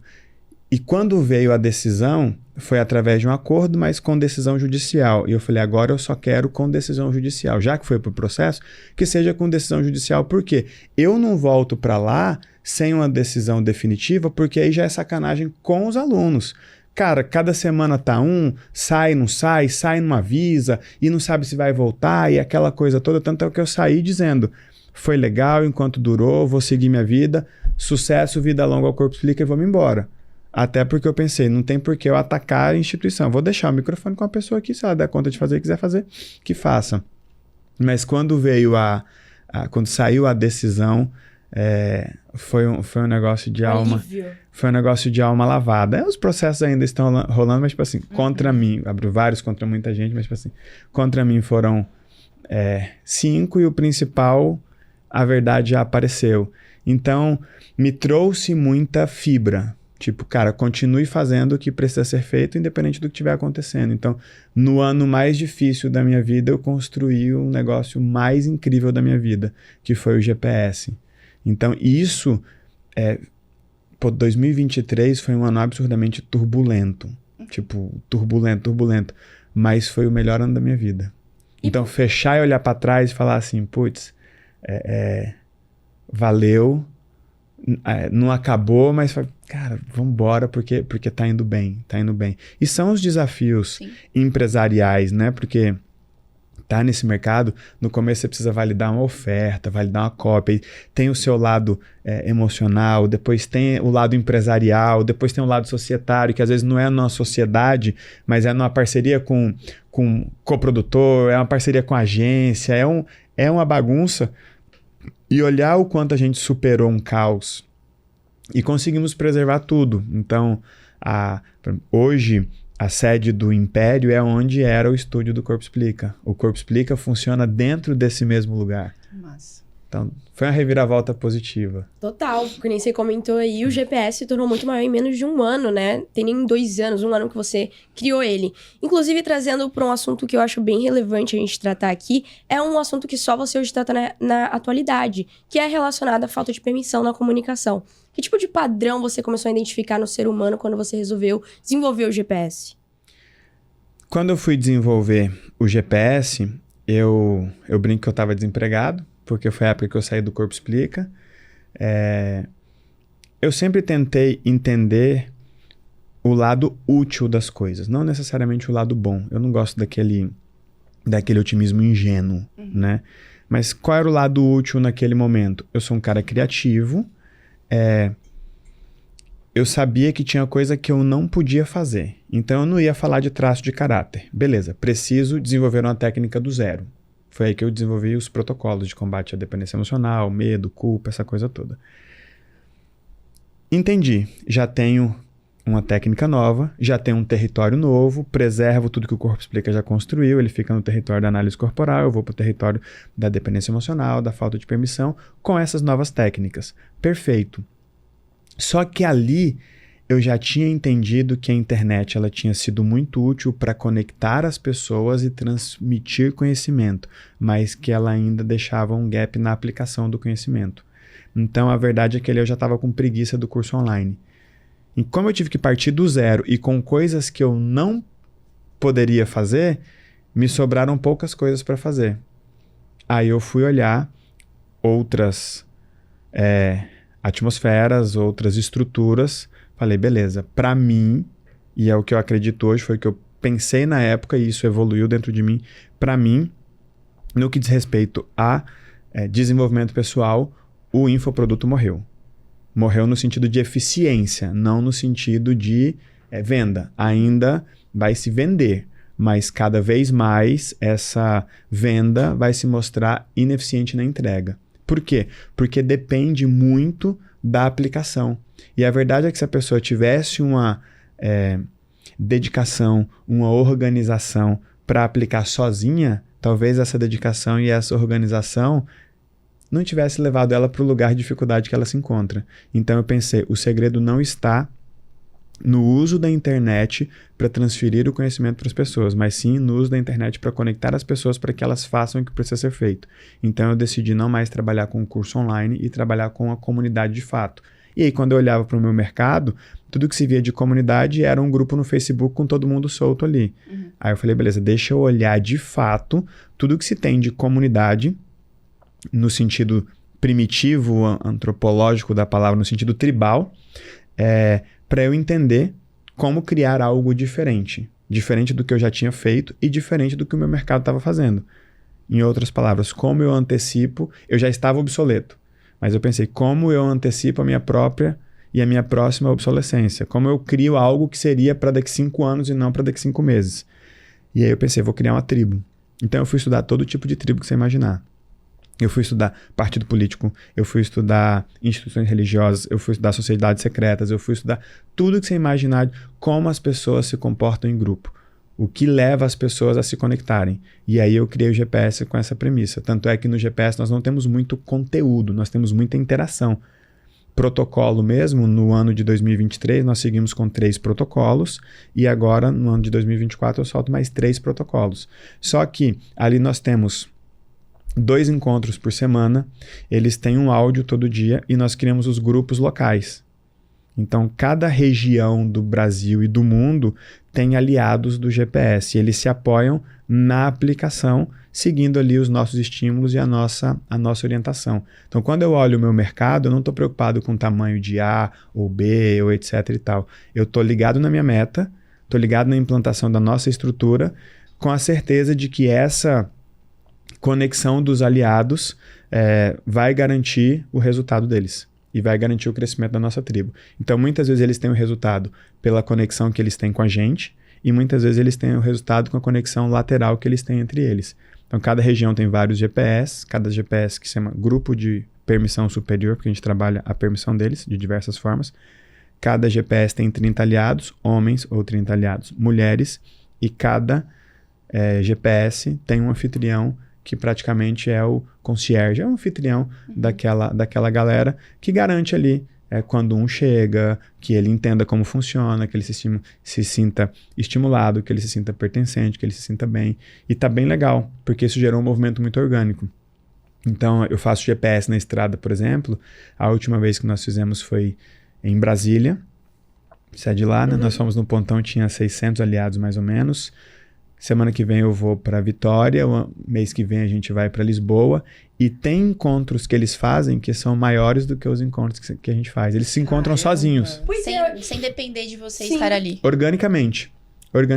Então, virou um organismo vivo e nisso eles vão aplicando de pouquinho em pouquinho. Então, eles começam a realmente aplicar aquilo. Aí um vence o medo, estimula o outro, vence o outro medo, aí roda o protocolo, se resolve com a dependência emocional, resolve um divórcio mal feito, resolve uma treta com a mãe, resolve uma treta com o pai, resolve uma treta com o passado, a vida vai avançando, e eles vão olhando o desempenho de cada um, aí eles param de fumar, aí eles começam a empreender, eles começam a emagrecer, e aí aquele progresso continuado vai inspirando a tribo toda e toda hora tem um resultado ali na hora. É um ponto interessante que fica aqui. Qual caminho percorrer para conseguir construir uma comunidade que tem esse senso tão forte de pertencimento? Porque hoje... Perfeito. Presença. O problema da galera do digital é que a galera do digital é preguiçosa. Eles acreditaram, e foi assim por muito tempo, que você vai ter um material ali e você vai vender para a pessoa e ela vai se virar com aquilo e a presença é, meu vídeo está na área de membros. A nossa presença não é meu vídeo está na área de membros. A nossa presença é segunda-feira, 7 horas da manhã, eu estou ao vivo no Encontro de Impulso. Quinta-feira, 7 horas da manhã, eu ou algum mentor do GPS vai estar ao vivo no Encontro de Reforço. Foi assim no Natal, foi assim no Ano Novo. Todo dia tem um áudio diário e aí eles se apoiam. Cada mês tem um tema. Esse mês é o mês do reforço, o mês que vem vai ter um tema diferente. Então, segredo de uma comunidade viva é a presença. Perfeito. Trabalhar ali a sua base, né? Às vezes o pessoal se preocupa só com ficar recebendo pessoas e pronto, acabou. Eu não acho que o mercado de infoprodutos acabou de um modo geral. Para o desenvolvimento humano, ele já está obsoleto. Vai morrer. Agora, para uma pessoa que precisa aprender uma técnica, aí faz sentido a facilidade da internet. Eu quero aprender a fazer um penteado, um corte diferente. Eu consigo aprender tecnicamente isso assistindo alguns vídeos? Perfeito, eu preciso aprender uma estrutura diferente de edição, como o Pedro está fazendo ali. Legal, tem coisa que o Pedro pode ensinar que a internet vai proporcionar essa conexão, essa transferência de conhecimento, mas a aplicação não depende tanto da pessoa. Quando nós estamos falando de desenvolvimento pessoal, existem duas dificuldades. Uma é a dificuldade para entender e a outra é a dificuldade por ter entendido. Então, imagine uma pessoa que entendeu que tocou equivocadamente a sua maternidade. Uma pessoa entender isso é desafiador. Ter entendido começa um novo desafio. E muitas vezes, quando ela entende isso num curso, numa mentoria, numa imersão de final de semana, na segunda-feira ela está sozinha. Com esse novo entendimento, com esse novo desafio, muitas vezes mais pesado que o desafio anterior. O que ela faz com isso? A pessoa que descobre que muitas vezes não quer mais estar naquele relacionamento. Ela descobriu. Qual que é a próxima dificuldade dela? Ter descoberto. Eu fiquei curiosa agora com o ponto que você falou. Só que você é um cara extremamente prático e como que eu posso dizer? Extremamente prático. E aí você comentou que na época que você antes de começar o Humanês, você tinha quebrado 17 vezes. Você consegue explicar pra gente, até entrando um pouco do campo que você já domina, e pra galera entender um pouco mais sobre o GPS em si, você consegue identificar o que o Elton, que estava quebrado, já tinha quebrado 17 vezes, que tipo de permissão ele deixou de aumentar para estar naquela situação? Consigo. Eu tinha muita dependência emocional ativa com a minha mãe. Vamos lá. Minha família, os pais da minha mãe, eles são candangos raízes. Eles vieram do Nordeste para a construção de Brasília. Saíram de São José do Mipimbu, lá no Rio Grande do Norte, para a construção de Brasília. Quando chega em Brasília, minha avó já tinha um monte de filho, estava grávida, meu avô faleceu.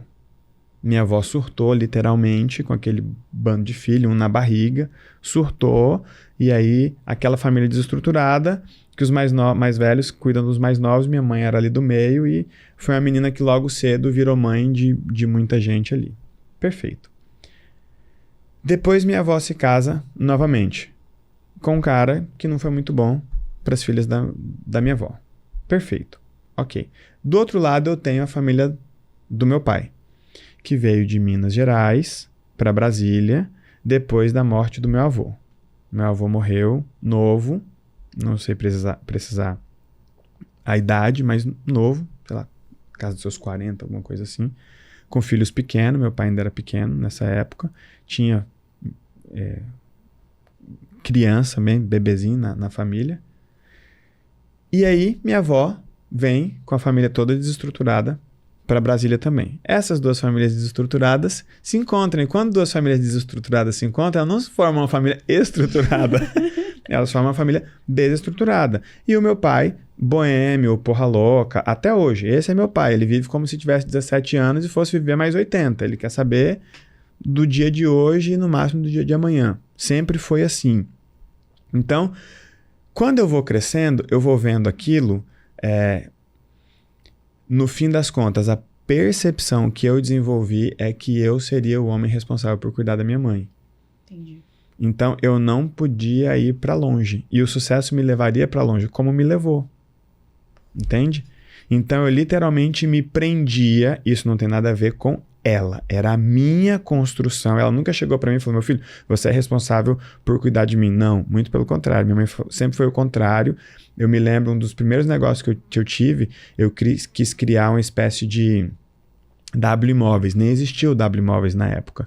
Eu fui para Rondônia e para o Acre fazer um negócio que eu tinha um contato que era sobrinho do presidente do Cresce de lá. Minha mãe foi lá no Itaú, sacou os piques da vida que ela tinha lá. Eu fui na Riachuelo, comprei umas roupas mais ou menos, comprei a passagem de ônibus e fui para Rondônia. Então, minha mãe sempre falou, meu filho, o que eu tenho para te oferecer é isso aqui, tá? Mas aí você tem a construção do outro lado. Então, eu não tinha a permissão para seguir em frente enquanto as coisas lá em casa, e para mim lá em casa era a casa da minha mãe, eu não entendia que aquela era a casa dela, não tinha feito essa separação, eu não tinha permissão para seguir em frente enquanto eles não estivessem se resolvido. E eu sou caçula.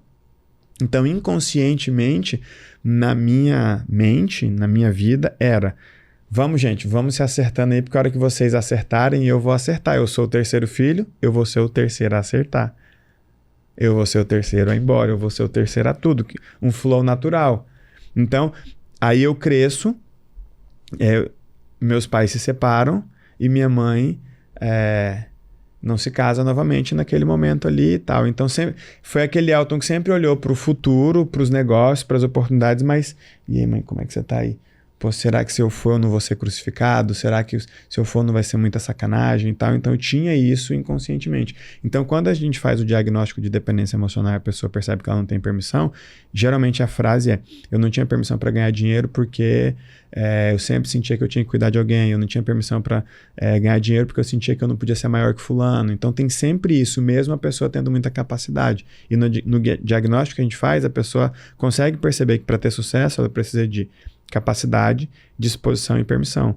Capacidade no digital é muito fácil de adquirir. Você faz um curso, você cola com um ou com outro ali, ou contrata alguém que saiba fazer, tá feito.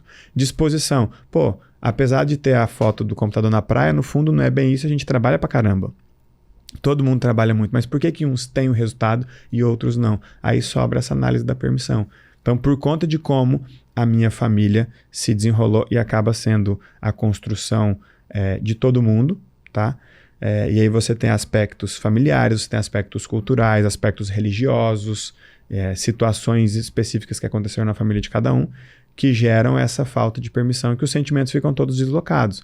Naquilo que a pessoa deveria se sentir impotente em resolver, porque não é da alçada dela, não foi um problema que ela criou e é um problema que ela não pode resolver, ao invés de se sentir impotente e tudo bem, ela se sente obrigada. Ela se sente responsável por aquilo. É como uma pessoa muitas vezes se sentir responsável pelo adoecimento ou pela cura ou pelo cuidado de alguém que você fala, cara, você não tem controle nenhum, você não tem gerência, você não tem poder nenhum. Mas o sentimento deslocado faz essa pessoa, ao invés de se sentir impotente e se sentir bem, faz ela se sentir totalmente responsável. Eu vejo exemplos bizarros. Então, por exemplo, o pai traiu a mãe, a pessoa se sente obrigada ou se sente culpada por aquilo, ou se sente responsável por ter descoberto, por não ter falado. Então as pessoas carregam muita coisa além dos conhecimentos que elas adquiriram. É louco como isso causa uma distorção da realidade que a pessoa não percebe. Causa uma distorção da realidade do tempo, porque a pessoa começa a viver antecipando um futuro que está fora do controle dela e se conectando com um passado que no fundo já passou. e apenas não passou de fato porque ela faz esse passado se manter presente na relação que ela tem com as pessoas. E aí acaba toda a construção de liberdade. A grande construção que a gente fez com os protocolos foi: eu preciso tornar as pessoas livres. Livres para tentarem, livres para errar e livres para conseguir.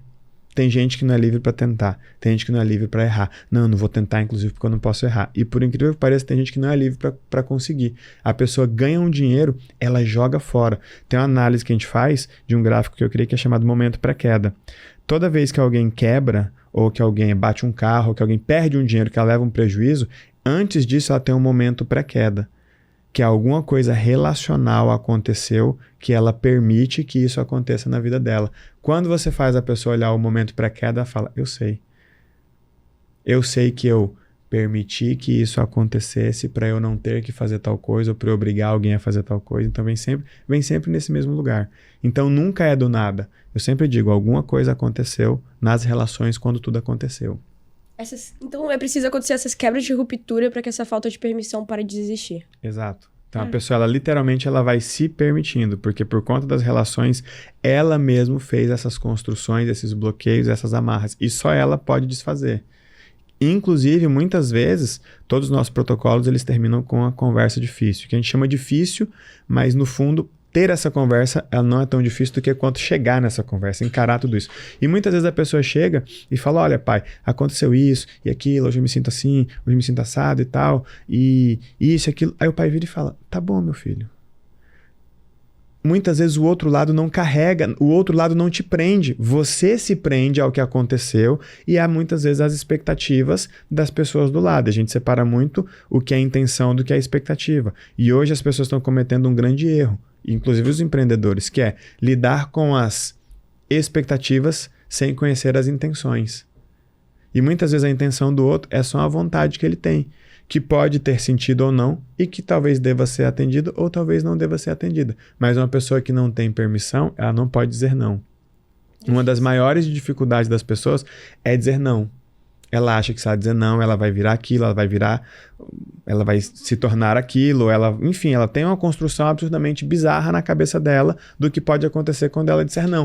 Se você se identifica, deixa o like. Por favor. Mas um ponto interessante que eu já vi você comentando é sobre essa questão de inteligência relacional e emocional. Qual a diferença entre essas duas? A gente tá conversando muito sobre isso aqui e eu queria entender de você a diferença. Quando você fala de inteligência emocional, você está tentando desenvolver na pessoa a capacidade de lidar com as emoções dela. Perfeito, mas o que são emoções? Para mim, as emoções elas são reflexos da razão ou reflexos da relação. Quando ela está sendo reflexo da razão e da sua razão, é uma emoção saudável, que está sob controle.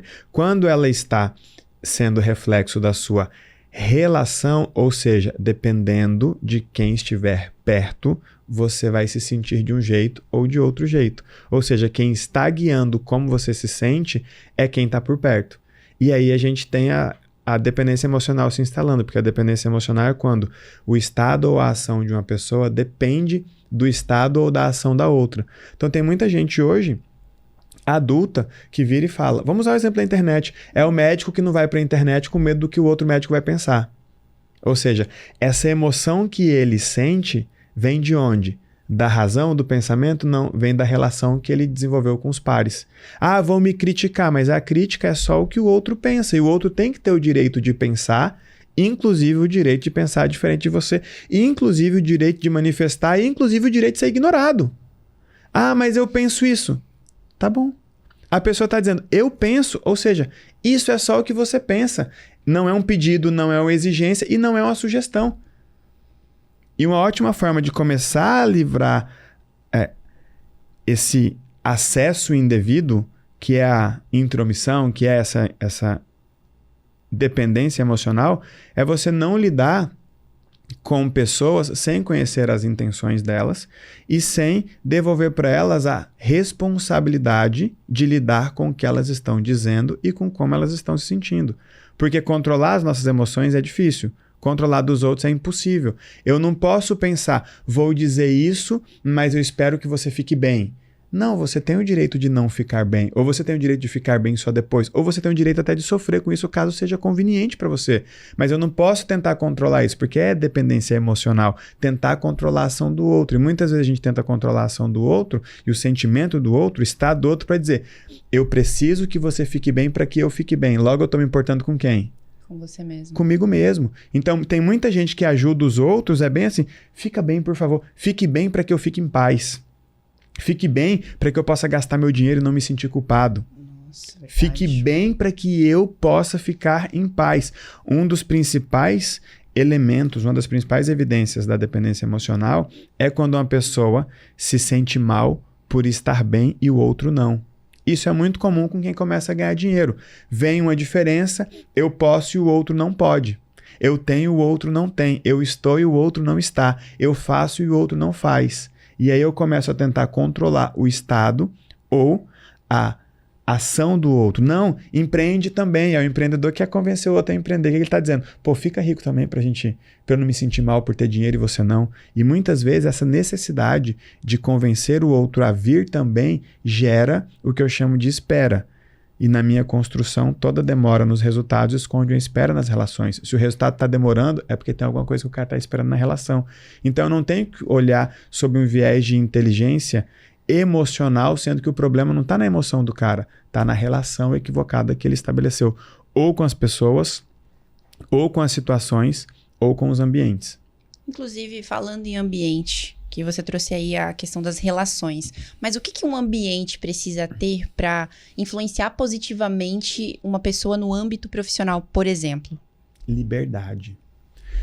A liberdade, ela é o fundamento da felicidade, ela é o fundamento da prosperidade. Observe as pessoas mais prósperas. O quanto elas se importam com a opinião dos outros e o quanto elas se importam com o estado dos outros. Pouco. E elas são tidas como o quê? Como frias, arrogantes, más, prepotentes. Ela só está dizendo, eu respeito o que o outro está passando. E uma coisa que a gente ensina para os aliados do GPS é separar o que a pessoa está passando do que o que a pessoa está tentando. Quando você separa isso, você fala, mano, como eu era burro de me envolver com tudo que as pessoas me contavam. Porque muitas vezes a pessoa está passando um monte de coisa e ela conta que está difícil isso, está difícil aquilo, e conta. Aí você fala, beleza. Agora o que você está tentando? Não, eu quero que você saiba que tá difícil, que eu tô endividado, ou que o meu marido me traiu, ou que ele me bateu, ou que a minha mulher me deixou, que não sei o quê. Eu entendi o que você tá passando. Agora eu quero saber o que você tá tentando. Não é que o cara não tá tentando nada. Então, eu particularmente, eu não me conecto com mais nada que as pessoas estão passando. Eu me conecto com o que elas estão tentando. Por quê? Dependendo do que elas estiverem tentando, faz sentido eu participar. Entende? Agora, se eu me conectar com ela pelo que ela está passando, eu vou passar junto e ela vai passar por mais tempo. Por exemplo, uma pessoa que apanha do marido, do parceiro, e liga para uma amiga. O que ela está tentando ali? De ajuda de alguma forma. Não, senão ela tinha que ligar para a polícia. Justo, ela tá querendo... Entendeu? Aí ela atrai a amiga e ela coloca a amiga naquele enredo. E a amiga pode ter um negócio, etc. Não, mas eu vou me sentir muito mal. Hoje, se a minha irmã me ligar, se a minha mãe me ligar, porque alguém deu uns casos, eu falo, não, você já ligou pra polícia? Porque uma coisa é, eu liguei pra polícia e etc e tal. Quanto mais a coisa piora, maior é o argumento de que quem tem que lidar com isso é a polícia. Se ele te bateu, tem que ligar na polícia. Se ele te ameaçou, tem que ligar na polícia. Porque se ele disse que vai te matar, eu trouxe você pra minha casa, ele vai tentar te matar onde? Na minha casa. Como é que eu vou evitar isso? Eu vou ter que matar esse cara. Aí daqui a pouco eu tô preso porque matei um cara e eu tenho 5 filhos, minha mulher tá aqui, eu não. Mano, liga pra polícia. Outro dia, outro dia não, tem um tempo, uma amiga nossa de tempos se separou do marido e tal. Aí passou um tempo, ela mandou uma foto pra minha esposa, mano, toda roxa, e ela era toda branquinha, toda roxa, de dar dó, e é sempre aquela carinha assim e tal. Não me cancela ainda que eu não tô... deixa pra cancelar depois que eu vou trazer coisa pior. Com aquela carinha assim e tal. Aí minha esposa olhou e falou assim, olha que absurdo. E pra nós realmente é um absurdo. Não só o fato dela ter apanhado, o fato dela estar mandando pras pessoas. Você quer um atestado de quê? Mandando isso. Cara, com isso aqui, chega na delegacia, eles só vão perguntar quem foi. Por que você tá mandando pra cá e não foi na delegacia? Aí eu falei, ela foi na delegacia? Aí minha esposa, não. Aí, ó, corta a conversa. Porque tá trazendo esse problema pra dentro da minha casa. Você tá absorvendo aquilo. Você tá absorvendo aquilo. Não é que você não precisa, é que você não pode resolver. Entende? Então as pessoas, elas estão se envolvendo em situações por conta das suas relações. Por obrigação, por culpa, por vaidade, por uma série de coisas. Aí entram todos aqueles padrões lá. Sim. Que a gente trabalha muito, mas no fundo é uma inteligência relacional. Quando você aprende a se relacionar, você controla as suas emoções a partir da sua razão. O que define a sua vida não é o que você sente, nem como você se sente, é o que você pensa. Ou tá pensando errado, ou tá pensando perto da pessoa errada. Pensando no longo prazo, o que o GPS vai causar na vida dos aliados que estão hoje um ajudando o outro e aplicando os conhecimentos na sua vida, você está criando um futuro muito, muito próspero. A nossa ideia é instalar nas pessoas uma filosofia, uma visão muito natural e que na nossa visão é saudável. Onde a mulher é valorizada, o homem é desafiado e a criança é protegida. Quando você tira isso, você prejudica a base, que é a criança não é protegida. Uhum. Então, quando a criança não é protegida, ela passa por uma série de questões, muitas vezes até abuso, muitas vezes até agressão, muitas vezes a autoestima dela é literalmente roubada, porque ela é uma criança que não acredita em nada, ela não acredita em ninguém, ela não acredita em si, muitas vezes ela se sente responsável por todos e por tudo. Quando ela cresce, aí ela precisa que a gente faça essas reversões que a gente acaba tendo que fazer. Se você pegar e falar assim, Elton, fulano foi bem criado, bem tratado, por um pai provedor, por uma mãe cuidadora, por uma família respeitosa, dificilmente esse cara precisa de mim. Aí ele me ouve e fala, mas o que tem de novo no que esse cara fala? Eu cresci vendo meu pai respeitar minha mãe incentivar meu pai, e eu ter que obedecer, e quando eu crescer, ser desafiado para seguir minha vida do jeito que eu quiser seguir minha vida, entendendo que inclusive o patrimônio dos meus pais era o patrimônio dos meus pais que eu preciso seguir minha vida. O que tem de novo no que esse cara tá falando? Nada. Mas as pessoas cresceram ouvindo que filho tem que cuidar de pai, que casamento é pra sempre. Às vezes a mulher tá levando uns cascudos em casa, mas ela não se separa. E por que ela não se separa? Não é porque Deus falou pra ela não se separar, é porque ela olha em volta e fala, meus irmãos vão apontar o dedo na minha cara e dizer que isso e aquilo outro. Então, volta para aquele lugar relacional.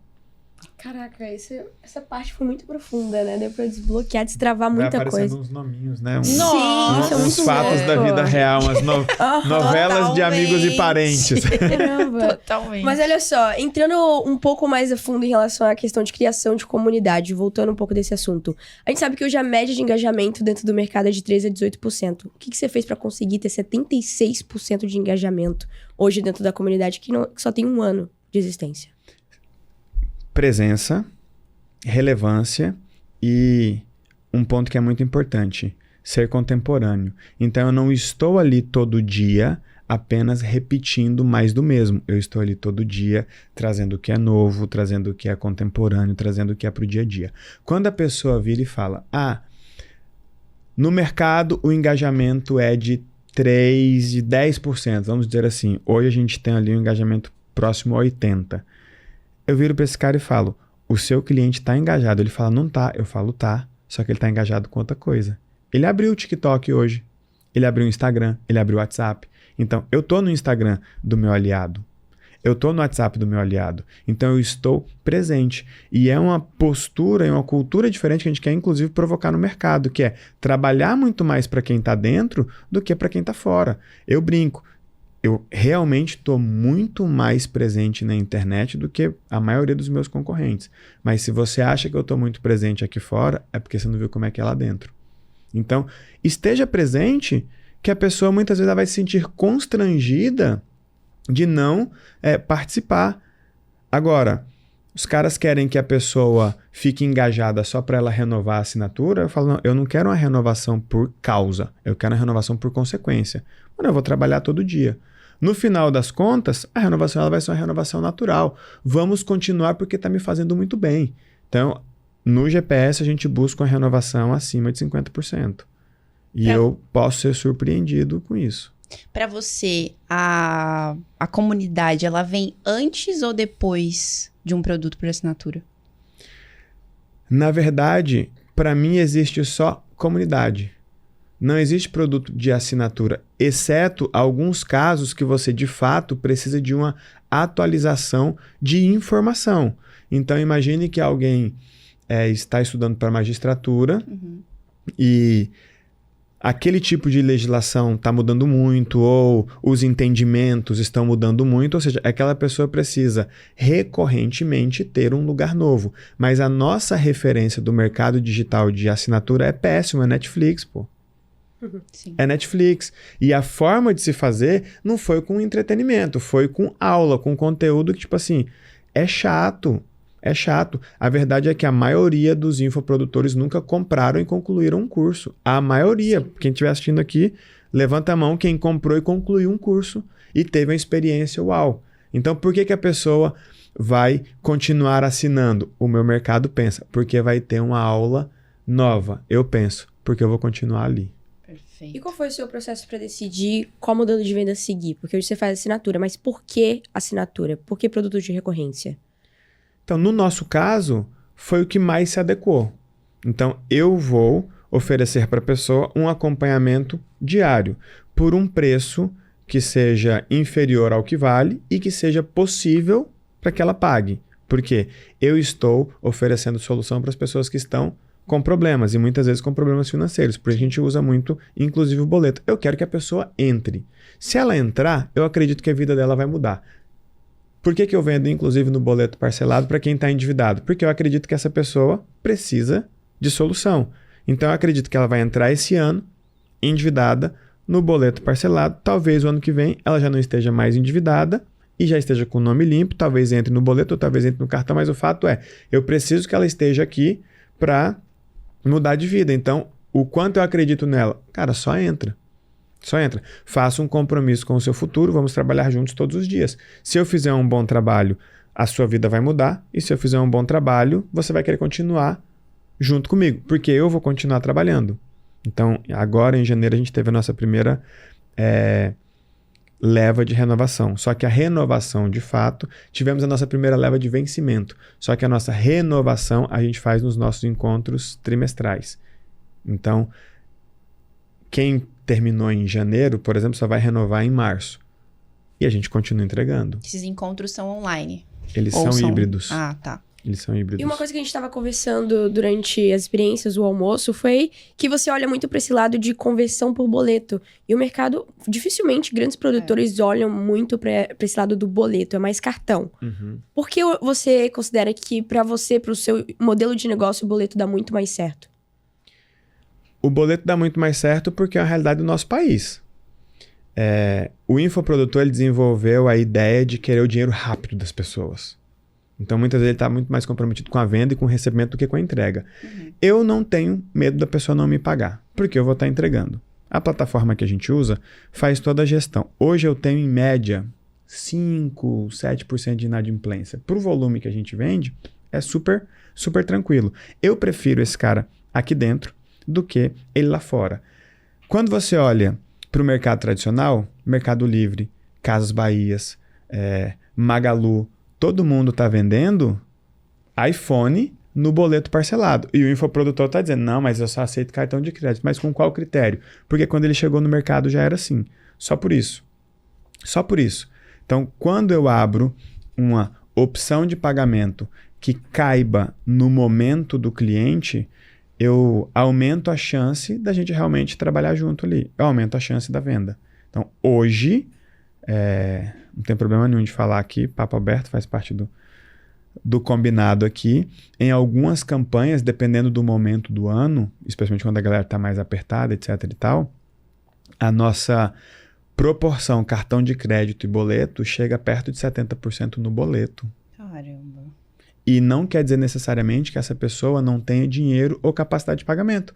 Talvez ela não tenha limite. O limite médio do brasileiro é R$1.000 e poucos no cartão para viver, e muitas vezes só o nosso produto vale mais do que isso. E a pessoa vira e fala, mas eu só vendo se for no boleto. Muitas vezes é imaturidade, é birra, e aí quando você quebra isso, você destrava inclusive o faturamento do seu negócio.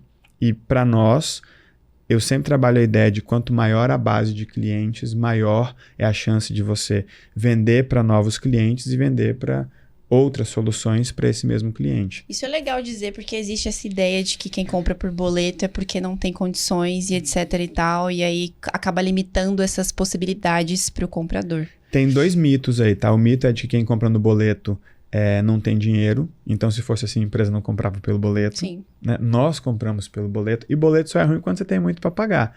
Depois que tem um monte para receber, você fala, porra, da hora, da hora. E outro mito é de que a pessoa que compra no boleto é caloteira.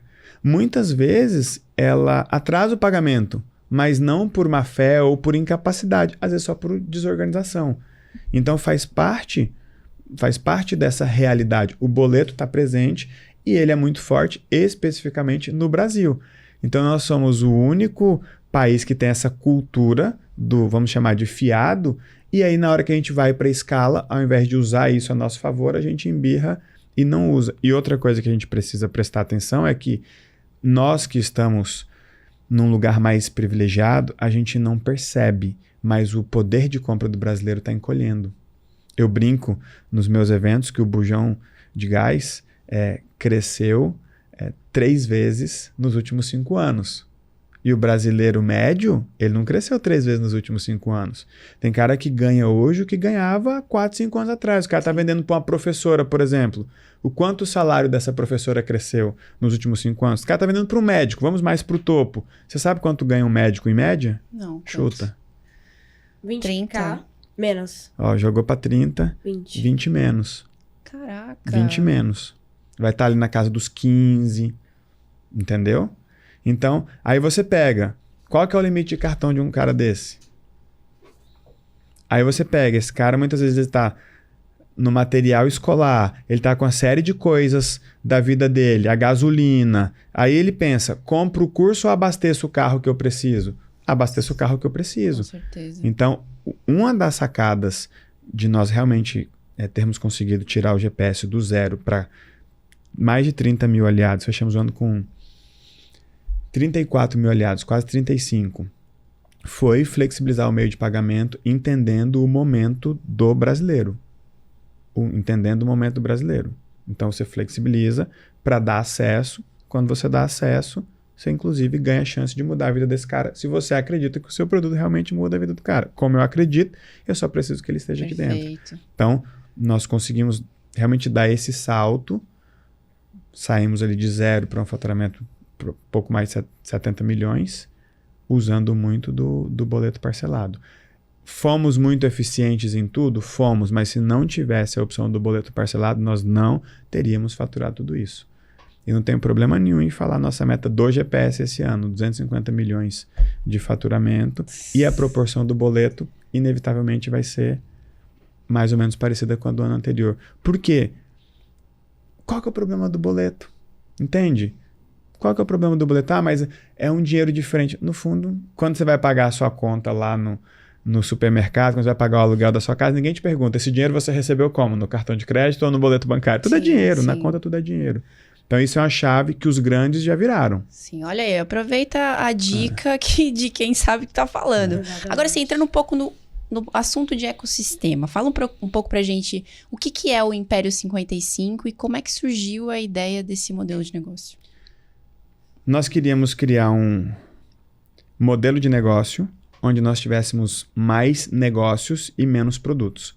Então a gente cresce muito a base. Então você vê o Elton sendo a cara disso tudo, puxando ali o GPS.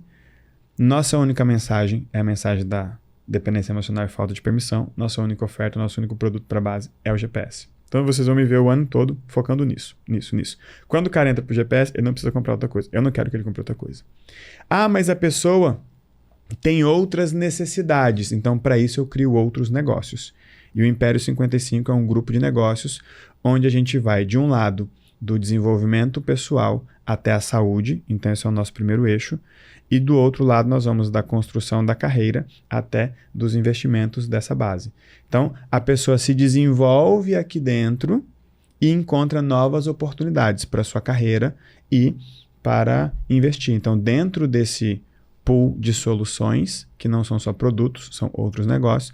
A pessoa tem, por exemplo, a oportunidade de franquear seu negócio ou comprar uma franquia com a gente. Bacana. Sempre de aliado para aliado. Então, quando o aliado entra, além de se desenvolver, ele descobre que ele pode usar a nossa estrutura para franquear o negócio dele, como nós já estamos fazendo. Ele descobre, por exemplo, que se ele quer empreender, ao invés de construir um negócio, ele pode pegar um negócio pronto na nossa fábrica de negócios com uma dessas franquias.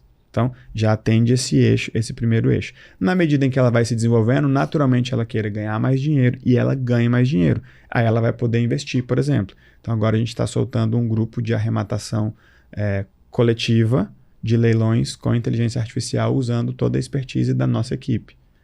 Então, a galera muito... Então, a ideia é que nesse ecossistema a pessoa se desenvolva, aprenda a ganhar dinheiro e multiplique o seu dinheiro dentro dessas opções, sem que necessariamente ela tenha que ficar comprando um novo curso a cada mês, a cada semana ou coisa do tipo. Isso é legal porque a sua visão de negócio e de soluções para sua base, ela é pautada em realmente criar um negócio e não mais um produto. Como você disse, produtos é o GPS e o que mais?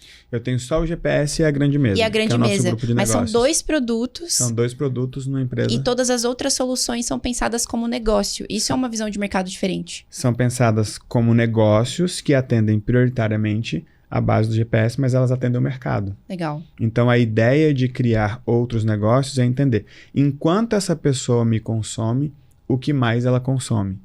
Ou o que o meu mercado consome que eu posso oferecer? Essa é a nossa visão de ecossistema. Então, nesse eixo, a gente pluga tudo aquilo que fizer sentido para atender essa construção de desenvolvimento pessoal até saúde. Dentro dessa linha de saúde, na grande mesa, nós temos um grupo de médicos e a gente está construindo ali toda a parte do que eu estou chamando de medicina da felicidade. Então, a gente realmente só conecta aquilo que faz sentido pra gente. Legal. Ao invés de ficar criando produto, você fala, cara, repete mais um pouco o que você está fazendo, melhora mais o produto que você já está entregando. Quando você repete, você melhora a sua narrativa, você melhora a sua performance, você melhora a sua entrega. E quando você repete o seu produto, você melhora o seu produto. Então, o GPS, a cada mês ele é melhor. E a pessoa não precisa pagar um novo produto para isso. Não, você tá criando um território mesmo, né? Eu tô criando Quando eu falei, território. tipo, você tá criando ali pessoas com futuro próspero, porque eu entendo prosperidade como sucesso em todas as áreas e desenvolvimento em todas as áreas. Então, a longo prazo, essas pessoas, se mantiverem o engajamento, elas vão prosperar em todas as áreas. Agora, GPS, a ideia do nome é para ligar com siga a melhor rota, alguma coisa do tipo? Eu confesso que o GPS ele surgiu depois. Legal. Nós temos a construção de que o bem feito, o básico bem feito vai parecer perfeito. Quando você olha para o GPS, para o Império, etc., você fala, nossa, tudo faz sentido. Império 55, porque, cara, eu sou apaixonado pelo Brasil, é o código do Brasil. Aí você olha o GPS, pô, realmente você dá um norte de vida para as pessoas, tá? Mas o GPS surgiu depois. Legal. Então, eu gosto do básico, bem feito, que no final realmente fica parecendo perfeito. E toda essa construção, sim, ela vira muito uma filosofia de vida. As pessoas falam, o que é o GPS? Se você procurar um aliado, ele nunca vai falar um curso.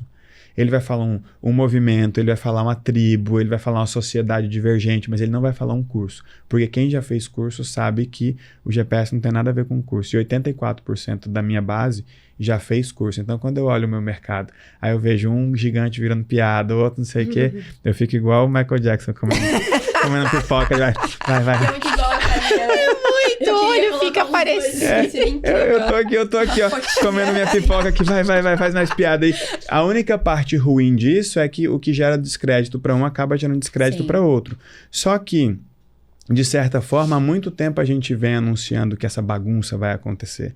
Essa bagunça do mercado, essa bagunça dessa galera do meu mercado que tá misturando muita religião com desenvolvimento pessoal. Aí o cara não sabe se é Deus que tem que resolver o problema dele ou se é o mentor. Se esse dinheiro que ele tá dando é porque ele tá comprando um curso ou porque Deus falou com ele. Vira uma bagunça que eu volto pra cá e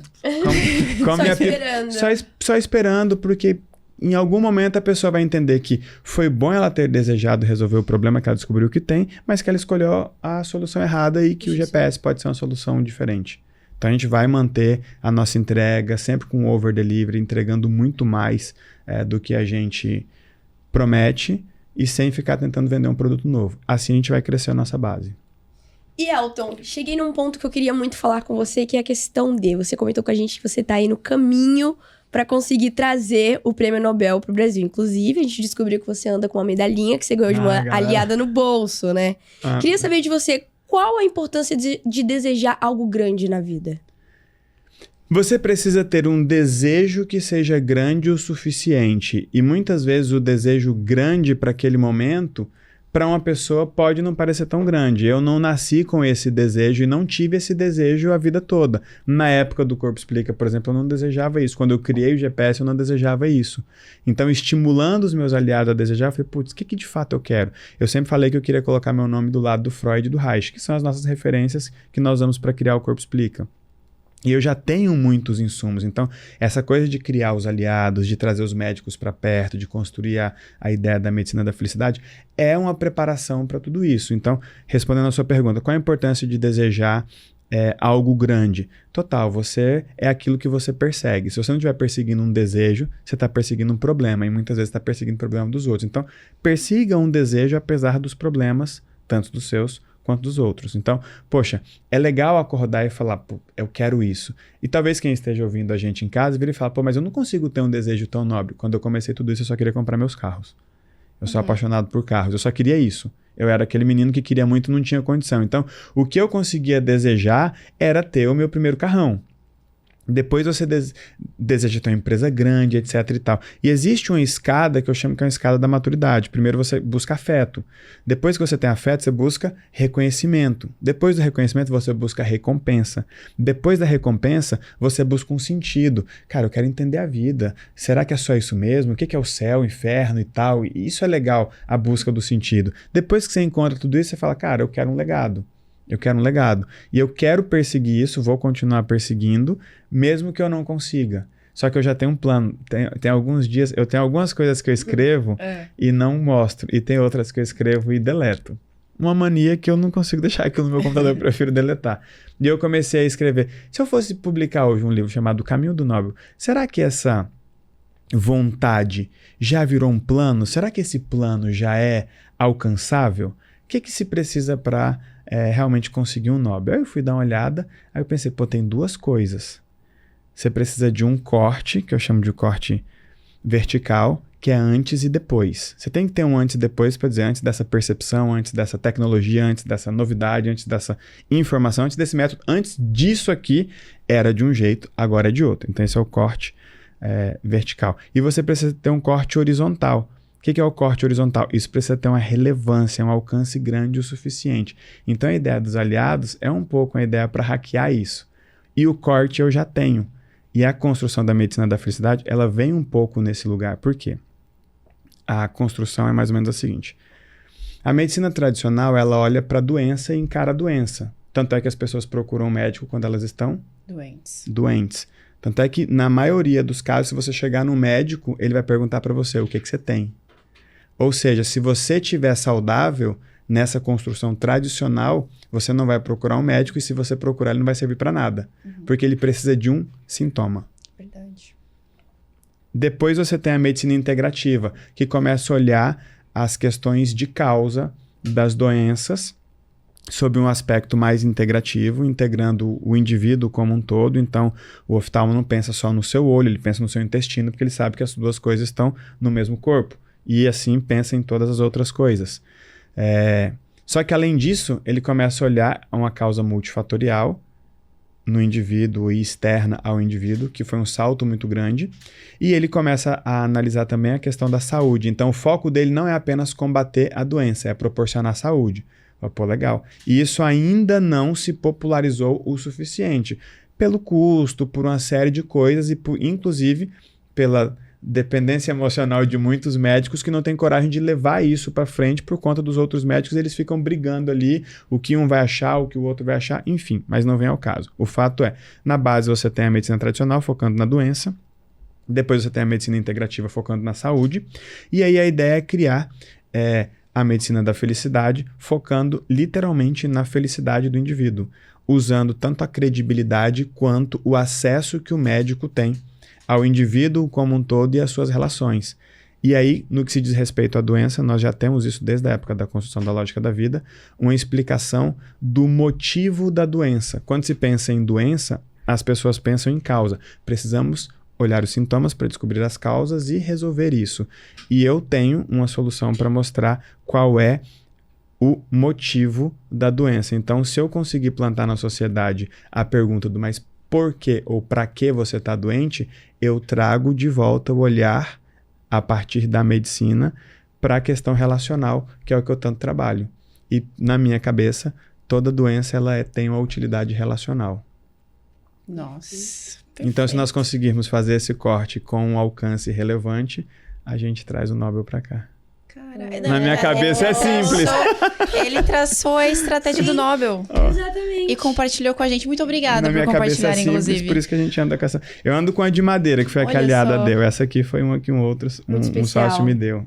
Licença. Talvez a ver. gente um dia traga de verdade. Pesado. Que legal, É. cara. A primeira vez que eu peguei, eu senti Olha, o peso. Elton Miller.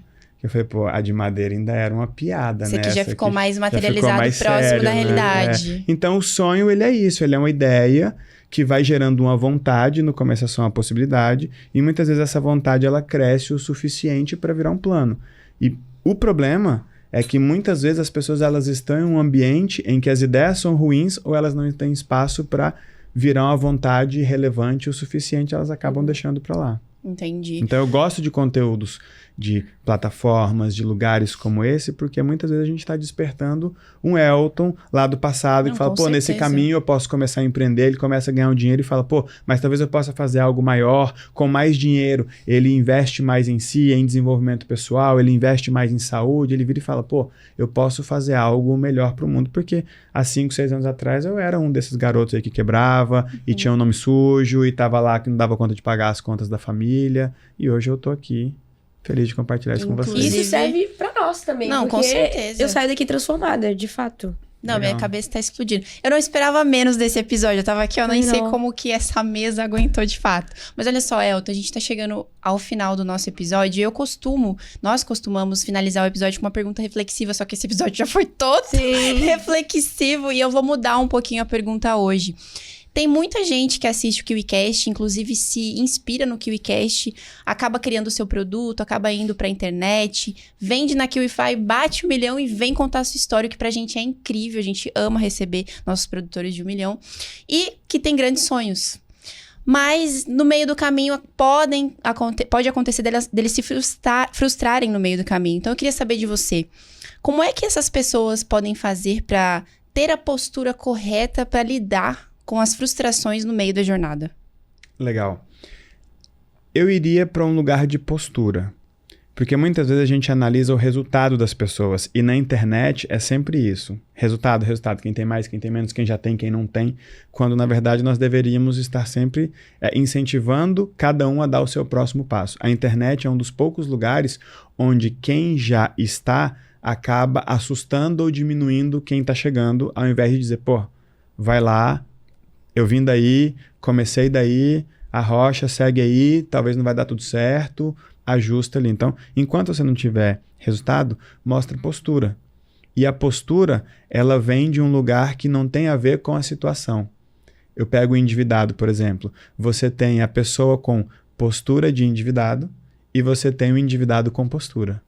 Então, você que está começando, tem uma postura de gente grande, uma postura de quem quer fazer. Veja quem já fez, veja quem está fazendo, como está fazendo e entenda que você está começando. Então, a mensagem que eu deixaria para essa pessoa é: começo é começo, respeite o seu e nunca esqueça de olhar para você, porque tem muita coisa acontecendo dentro de você aí.